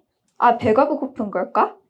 이 작은 동물 친구에게 줄 수 있는 남은 견과류가 있는지 확인해 보았다. 마침 주머니 속 나의 간식을 발견하고는 캐슈너트, 건포도, 아몬드를 골라내어 손바닥에 올렸다. 다람쥐는 한쪽 발을 바닥에 대고 공기 중으로 천천히 번져가는 고소한 견과류 향을 코로 맡았다. 나는 손을 조금 더 내밀었다. 갑자기 다람쥐의 행동이 공격적으로 바뀌었다. 손 위에 놓인 견과류 대신 내 손가락을 순간 물었다. 깜짝 놀란 채 나는 견과류를 급하게 털어내고 일어섰다. 동물과 나, 다람쥐와 나는 순식간에 보이지 않는 벽이 세워졌다. 야생동물과 인간이 서로 진정한 깊은 유대를 맺기 어렵다는 것을 증명하는 벽이었다. 상처가 난 내 손을 살펴보면 조금 실망하고 놀란 채로 다람쥐를 내려다보니 도망가지 않은 채 여전히 다람쥐는 잔디에 떨어뜨린 견과류를 즐기고 있었다. 7년 전 뉴욕 센트럴파크에서 다람쥐는 왜 나를 공격했을까? 내 행동에 위협을 느낀 걸까? 이전에 인간으로부터 상처를 받은 적이 있는 걸까? 그런데 도망은 가지를 않고 내 옆에 있는 작은 다람쥐를 보호해주고 싶은 마음과 다가가면 또 공격할지 모르는 불안감으로 내 안에 수많은 질문이 생기기 시작했다. 나는 지금까지도 그 공격의 의도를 잘 이해하지 못했지만 과거에 우리 인간들과 좋지 않은 기억이 있을 거라고 생각을 한다. 파우날리틱스에 따르면 상당수의 다람쥐가 로드킬, 덫, 사냥, 서식지 파괴 등 여러 요인으로 세상을 떠난다고 한다. 그 후 나는 그때의 순간처럼 다람쥐를 가까이 만날 기회가 없었지만 사람들 소리에 마주쳐들어도 순간 재빨리 자신 몸을 피하기 위해 숨기 바쁜 동물들 뿐이었다. 그래서 잠깐이었지만 먹이를 주며 소통할 수 있던 그 순간 동물과 나와의 만남을 때때로 떠올려 본다. 다람쥐뿐만 아니라 모든 야생동물을 돕기 위한 노력이 필요하다는 것은 나도 안다. 우리는 그들이 진정으로 누릴 자격이 있는 삶을 줄 수 있도록 최선을 다해야 된다. 역시나 알면 사랑한다. 감사합니다.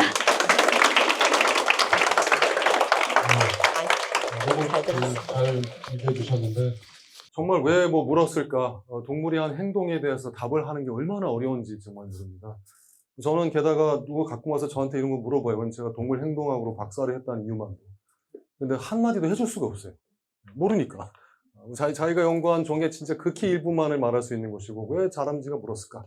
영원히 미스테리로 남을 것 같은데 이 동물과 나라는 이 만남이 얼마나 층위가 다양하고 종류도 여러 가지고 우리가 모두 다 이해할 수 없으면서도 끝까지 물음으로 가져가는 것도 많으리라 생각이 됩니다. 자, 오늘 마지막으로 연사를 모시겠는데요. 마지막 다음에 잠깐 한 순서를 갑자기 하나 만들까 지금 하고 있습니다만 요 에스토니아에서 온 마리엘 씨인데 멧돼지에 대해서 해주실 겁니다. 근데 제가 알기로 사실 에스토니아가 우리나라보다 동물상이 훨씬 풍부한데 멧돼지를 거기서는 못 만나시고 여기서는 만나셨다고 해요. 그래서 그 얘기 좀 해주실 것 같습니다. 박수로 맞이하시겠습니다. 네, 안녕하세요. 정말 죄송해요. 저희 오늘 목 상태가 안 좋아서 네, 양해 부탁드려요. 네. 여기요? 네. 네, 저는 에스토니아에서 왔고요. 사실 에스토니아에 멧돼지가 많이 살고 있어요. 그런데 저는 야생에서 한 번도 만나본 적이 없었어요. 한국 오기 전까지요. 그래서 저는 한국에서 그것도 서울에서 멧돼지를 처음 만나봤어요. 네, 좀 신기하죠? 네, 좀 배경 이야기를 좀 해드리자면 저는 이제는 이사를 했는데 한 3년간, 3년 가까이 홍은동에 살았어요. 그리고 거기 동네 바로 살고 있는 동네 뒤에 산이 있는데 거기 그 북한산 자락길이에요. 그래서 제가 저기 자주 산책하러 올라갔어요. 네, 그래서 아마 이사하고 나서 첫 겨울이었는데 날씨도 춥고 겨울이어서 사람이 없었어요. 제가 혼자서 그 데크길 따라 산책을 하고 있었는데 양쪽이 덤불이어서 그 겨울에 다 사이사이 다 보이잖아요. 그래서 어느 순간 앞쪽 덤불에서 뭔가 이상한 움직임이 보였어요. 그래서 처음에 이거 들개인가? 여기 북한산 들개도 많다는 걸 알고 있어서 들개인가 싶었는데 더 가까이 다가가니까 짙은 갈색이고 제가 처음 보는 생명 같아 보였어요. 그래서 이게 설마 멧돼지인가 싶었더니 이제 어느 순간 바로 제 이제 옆에 있었어요. 그래서 진짜 멧돼지네. 그래서 어떻게 됐냐면 진짜 저도 놀랐고 그 멧돼지도 저보고 놀랐어요. 이렇게 됐어요. 그냥 약간 계속 몇 초 동안 어리둥절하게 서로 이렇게 마주보고 있었어요. 근데 우리 사이에 경계가 있었죠. 저는 데크길 위에 있었고 멧돼지가 덤불 안에. 그래서 멧돼지가 절대적인 데크길 위로 올라오진 않았어요. 그리고 사실은 이 멧돼지 한 마리가 아니라 2마리였어요. 그리고 다 큰 성체가 아니라 사실 새끼 멧돼지, 완전 애기 멧돼지 아니라 한 이만한 약간 작은 강아지 크기였어요. 그래서 당연히 어미 멧돼지도 어디 숨어 있었겠죠? 근데 이상하게도 그 순간 저는 그런 위협을 전혀 느끼지 못했어요. 그냥 놀랐고 너무 신났어요. 그래서 몇 초 있다가 이제 지나갔는데 멧돼지를 봤다. 와, 진짜 멧돼지를 봤다. 여기 멧돼지 살고 있다. 그래서 너무 신났고 너무 인상적인 날이었죠. 근데 사실 멧돼지들이 저기 내려온 이유가 따로 있어요. 저기 데크길 이렇게 밑으로 내려가면 어떤 할머니가 사시는데 그 할머니가 매일 저녁 음식물 쓰레기를 저기 밖에다 내놔요. 그리고 멧돼지들을 제가 봤을 때 오래전부터 그렇게 하고 계시는 것 같아요. 왜냐면 이 멧돼지들은 그거 알고 있는 것 같아요. 항상 제가 이제 그 멧돼지 세계에 대해 알게 되니까 저기 이제 자주 갔어요. 그 할머니 사시는 그 집 자주 지나갔는데 항상 같은 시간은 한 해질녘 6시가 되면 그 멧돼지들이 이렇게 내려가서 거기 마당에서 밥 먹고 있는 장면을 많이 봤어요. 네, 그래서 여기 서울에서 이런 일이 발생한다는 게 굉장히 신기했고, 근데 또 그걸 넘어서 저기 데크길 따라 산책하는 사람이 얼마나 많은데 사람들이 그 사실을 잘 모르는 것 같더라고요. 그래서 지나가는 사람들 좀 이렇게 관찰을 했는데 사람들이 옆을 잘 안 봐요. 옆을 안 보고 귀에도 뭐 이어폰 꽂고 있으니까 주변에서 무슨 일이 일어나고 있는지 잘 모르는 것 같아요. 근데 저는 항상 주변을 관찰하고 또 소리에 집중하다 보니까 멧돼지, 다른 동물의 이제 흔적이 잘 보이죠. 그리고 그때부터 저는 저기 동네 뒷산이랑 그게 그 동네 뒷산이랑 친해질 수 있었던 계기가 된 것 같아요. 그래서 뭔가 더 알고 싶었어요. 이 멧돼지들이 왜 여기 오는지, 언제, 어디서 오는지. 그래서 심지어 이 멧돼지 출몰 시간이랑 이동 경로도 파악했어요. 그래서 제가 그리고 이제 가끔 가면 멧돼지들이 한 점 안 보이면 멧돼지들 어디 갔지? 약간 좀 외롭기도 하고 뭔가 부족하다는 느낌이 들고 근데 또 멧돼지 오랜만에 보면 너무 신나요. 약간 그래서 이 멧돼지들과의 만남이 저는 이제 그 홍은동 그때 살았던 동네를 생각하면 제일 먼저 떠오르는 게 이 멧돼지들이에요. 그래서 굉장히 인상적인 네, 만남이었고요. 그래서 제가 쓴 글 혹시 시간 좀 남았나요? 한 부분만 읽어드리고 싶어요. 네. 네. 동네 뒷산에서 멧돼지를 처음 마주쳤을 때 갑자기 나타난 멧돼지를 보고 놀라고 경계하는 내 모습은 멧돼지와 같았다. 내가 멧돼지를 보고 놀랐고 멧돼지도 나를 보고 놀랐다. 낯선 존재 앞에서 우리의 반응은 크게 다르지 않았다. 위험을 감지했을 때 멈추고 경계하고 피하려는 습성은 모든 생명의 본능이 아닐까. 마주친 순간 같은 숲속을 걷는 서로 다른 두 생명은 각자의 구역 경계선에서 잠시 하나로 이어졌다. 멧돼지의 눈에서는 사람이 말하는 공격성은 전혀 보이지 않았다. 그저 두 존재가 이 뜻밖의 상황을 파악하려는 듯했다. 서로 낯설어도 아무런 이유 없이 달려들려 하지 않았다. 서로의 존재를 인정했다. 멧돼지와 눈이 마주친 순간 위협을 느낀 게 아니었다. 같은 길을 걷는 서로 다른 존재지만 각자 하는 일이 달라도 결국은 같다는 것을 알았다. 네, 여기까지입니다. 감사합니다. 이 멧돼지를 이렇게 볼 수 있다면 사회가 얼마나 달라지겠습니까? 우리가 현재 보고 있는 시선 말고 오히려 멧돼지를 생각하면서 안 보일 땐 그립기도 하고 아까 게다가 음식 쓰레기를 내놓는 그 할머니의 행동 지금 아예 이제 그걸 불법화하려고 하고 있습니다. 유해동물을 뭐 밥을 주면 자체를 근데 그런 행동 우린 뭐 이제 막 야만적으로 표현하려고 그러고 잘못된 걸로 하고 있지만 저는 또 다른 멧돼지 입장 또는 마리엘의 입장에서 봤을 땐 전혀 그렇지가 않죠.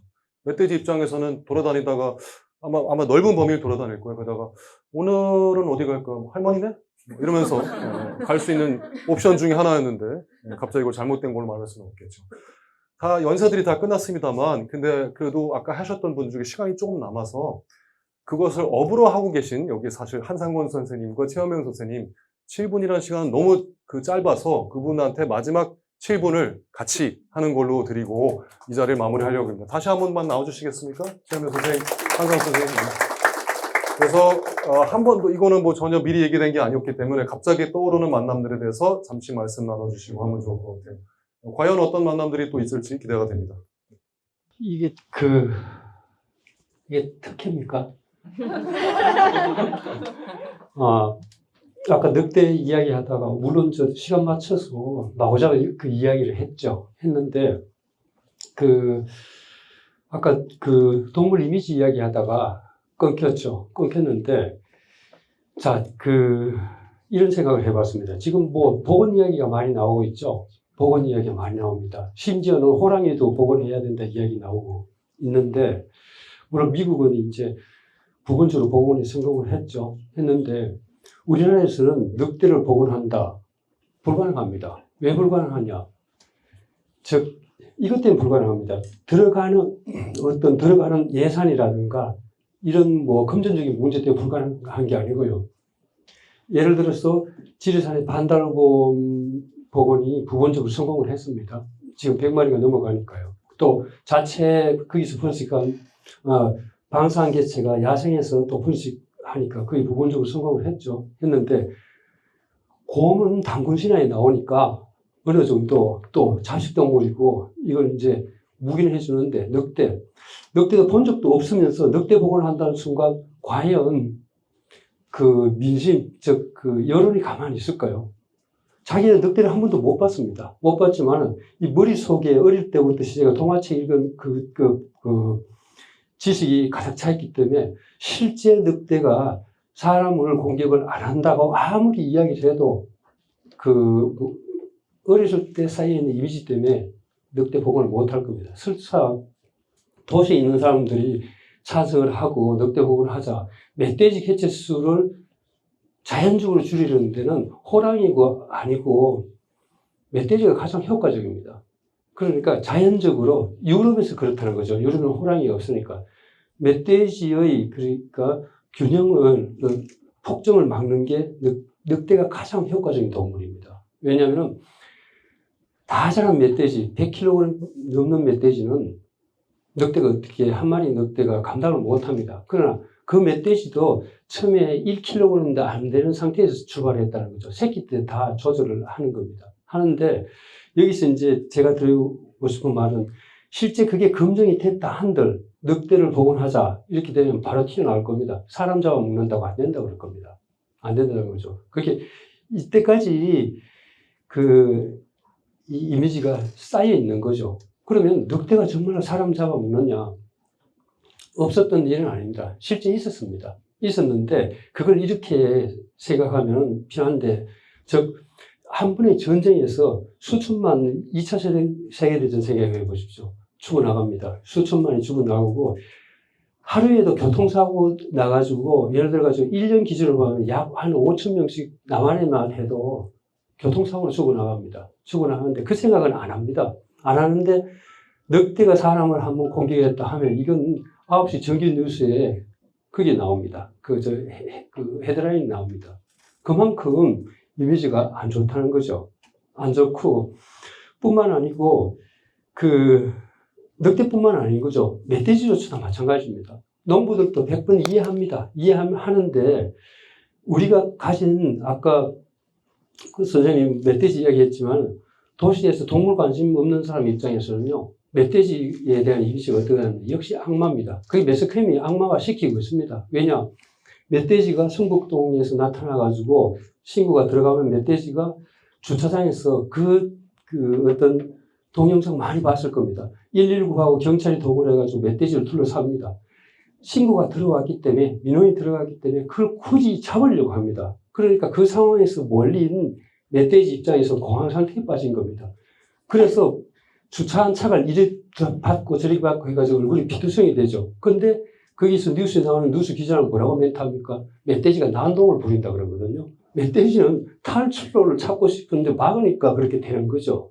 그래서 시골에 사는 팔순 할머니들은 멧돼지를 두려워하지 않습니다.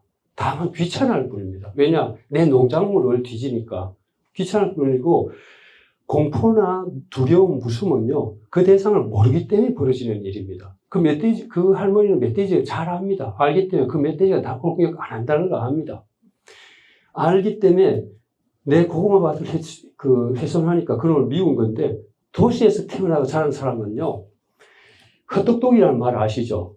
그러니까 어떤 대학 가기 위한 지식 체계를 거의 AI 수준으로 달달 외우고 있는데, 야생에 가면 예를 들어가지고 지리산에서 길을 잃었다 그러면요, 혼자 있다는 자체가 다 공포입니다. 공포인데 거기에다가 멧돼지에 대한 매스컴이 되고 워낙 그 이야기를 많이 듣다 보니까 멧돼지 만나면 어떡하나 하는데, 사실상 멧돼지 만나는 자체가 로또 복권 한 3등 확률쯤 됩니다.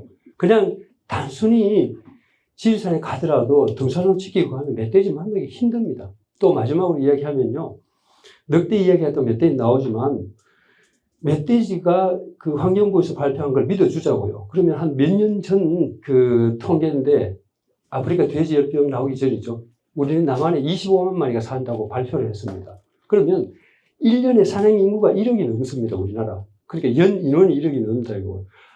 1년에 한 번 뒤산에 가는 사람, 아니 1년에 12번 가는 사람 다 포함해서 그렇다는 거죠. 그러면 멧돼지 25만 마리에 연인원 등산객이 그 1억이 넘는다. 그러면은 멧돼지가 의도적으로 사람을 공격한다는 동물이면요, 1년에 수천 명씩 죽거나 사상자가 나와야 됩니다. 멧돼지는 사람 공격 안 합니다. 안 하는 거죠.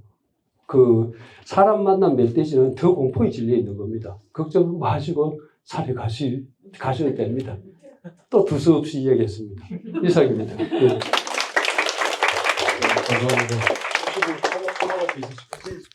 네. 네, 짧게. 예, 감사합니다. 우리 어린이 두 분께 마스코트, 구상나무라는 킬링이거든요. 근데 저는 이제 앞에서도 너무 좋은 말씀 해가지고 제가 사실 이렇게 발표하시는 거 보고 너무 부끄러웠어요. 왜냐면 제가 동물을 대했던 그런 관점이 완전히 다른 오늘에서 새삼께 나이 60대 가지고 60은 안 보이죠? 60대 가지고 이렇게 느끼니까 너무 진짜 가슴이 벅찼어요. 제가 고라니 하나 잠깐 얘기하시면 고라니는 영어 이름이 뭐냐면 워터 디어예요. 물을 좋아해가지고 제가 이제 예전에 혈기왕성할 때 야생동물 구조하고 그랬었어요. 근데 그때 이제 막 고라니가 물에 빠졌어요. 구해주세요. 이름이 워터 디어인데. 그래서 이동을 하거든요. 물을 좋아해서 막 장마철에. 근데 제가 제주에 갔는데 이제 환경부에서 잠깐 일을 하다가 그 천백고지라는 곳으로 올라갔어요. 올라갔는데 거기 일을 보고 있는데 저녁 5시면 노루들이 출근을 해요. 노루들이 출근을 해가지고 있는데 이제 짧게 얘기할게요. 노루 가족이 있었어요. 노루와 루이가 있었어요. 근데 노이는 이제 엄마고 루이는 이제 수컷, 이제 뿔이 달렸죠. 근데 어느 날 이제 새끼를 2마리를 낳은 거예요. 2마리를 낳아가지고 너무 귀여운 거예요. 저녁인데 위험이 도사리고 있었어요. 2015년도에 뭐냐면 어느 지역에 한정적으로 분포해야 될 야생동물이 너무 많아져서 한때는 제주도의 상징이라고 했던 노루가 죽여야 된다는 거예요. 2만 마리가 됐으니 6천 마리가 정상적인 안정권이에요. 매일 총질을 하는 거예요. 그럼 뭐 내가 어떻게 할 수도 없고 그때 이제 나라의 녹을 먹고 있으니 근데 그때도 마침 있는데 그 수컷을 잡으려고 포수가 막 뛰어가는 거예요. 뛰어가다가 그 큰 도로 위를 지났는데 거기에 차에 치여서 이제 로드킬을 당했어요. 그래서 죽었어요. 근데 조금 지났는데 다시 또 잡으러 온 거예요. 누구를? 엄마를 잡으러 이제 탁 왔는데 그 엄마를 결국 잡았어요. 근데 잡지 말라고 했는데 근데 또 어떻게 그래요? 또 그 사람들은 업이고 그 사람들이 뭐 살생을 하고 싶어서 한 것도 아닌데 근데 이제 엄마까지 잡은 위치를 내가 알고 있거든요. 왜냐면 거기 계속 오니까 그 습지가 넓은 곳을 내가 유심히 봐왔으니까 새끼 2마리 베네 색깔이라고 있어요. 노루는 고라니도 그렇고 6개월 뭐 1년 내내 색깔이 이렇게 사슴처럼 무늬가 있어요. 그래서 저놈을 빨리 새끼들 한번 찾아볼까? 그래서 엄마 죽은 쪽으로 엄마를 어디다 묻어줘야지. 내가 그래도 1-2달 봐왔는데 이제 새끼들은 어디 갔지? 다 튀어서 도망갔어요. 뭐 풀숲에 숨으면 안 보여요. 얘들은 작아서. 얘들은 이제 튀는 것보다도 숨어 있는 거죠. 그게 자기를 방어하는 거니까. 그래서 그 애미를 어디다가 묻어줘야지. 이러고 막 애미를 찾아서 갔는데 그만 이제 보지 못할 걸 봤어요. 말해도 돼요? 이제 그 새끼 2마리가 이제 죽은 엄마의 젖을 먹고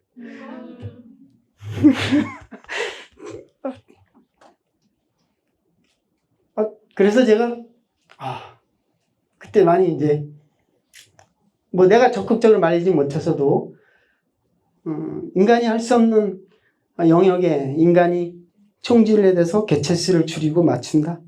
이게 쉽지 않아요. 6천 마리라 해도 지금 6천 마리 점점 줄어들고 있어요. 또 그랬다가 그 자연에 또 숫자에 맞추지 못해요. 우리 자연이. 그런 일이 있었습니다. 네, 감사합니다. 그런 얘기를 갖고 계셨는데 여쭤보지 않았다면 또 못 들어봤을 것 같습니다. 참 방금 또 두 전문가분들께서 해주신 이거의 현실, 우리가 또 처한 현실도 알아야 되겠죠. 그것도 참 맞는 말이지만 그렇지만 이것도 꼭 강조하고 싶습니다. 오늘의 이 자리에 여러분의 나눈 이야기도 현실이에요. 그 전까지 이런 식의 모임이 한 번도 없었고 이런 식으로 우리가 해제한 적이 있습니까? 일반인들도 굉장히 다양한 종류의 동물들을 보고 있고 꼭 경제적이거나 꼭 퇴치하거나 하는 대상으로 보지 않고 거기서 이야기를 발견하고 커넥션을 만들고 연결이 되고 보호하려고 하기도 하고 슬프기도 하고 위로도 얻고 그래서 그냥 단순한 관계가 아니라는 것 우리는 그것까지 제대로 깨닫고 있었다고 보지 않습니다. 그래서 이런 자리를 통해서 그 현실 역시 오늘 또 깨닫는 자리가 되었다고 생각을 합니다. 게다가 사실 요번에 하고 있는 야생과 동물관화라는 프로젝트가 리와일딩이라는 틀에서 이걸 추진하는 이유도 바로 아까 말씀하신 개체군의 조절 같은 것을 더 이상 엽사가 하는 것이 아니라 자연 생태계 복원으로 하기 위한 자연적인 패러다임, 과학적 패러다임을 가지고 이런 얘기를 하는 것이거든요.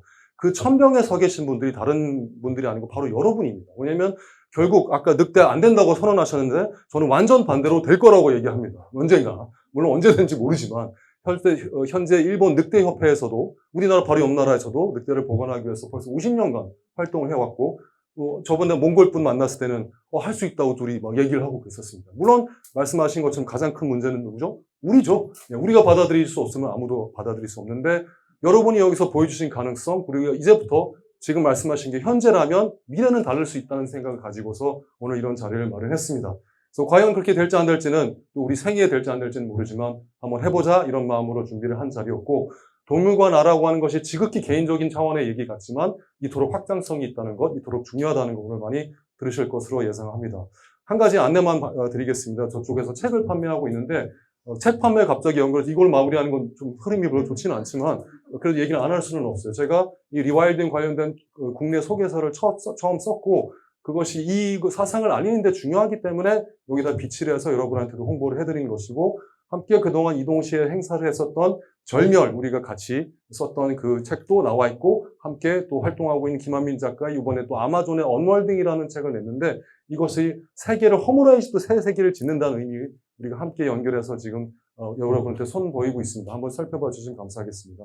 남아있는 음료수와 이런 것도 좀 함께 드시면서 해주시고 그리고 여기 있는 준비된 그 선물이 하나씩 있어서 한 분씩 다 드릴 테니 나가는 길에 꼭 받아가시길 바랍니다. 오늘 이 자리에 오신 분, 안 오신 분들도 공모전에 참여해 주신 거 정말 감사드리고 다음도 다른 자리에서 또 반갑게 만나 뵙길 기대하겠습니다. 긴 시간 감사합니다. 네, 고맙습니다.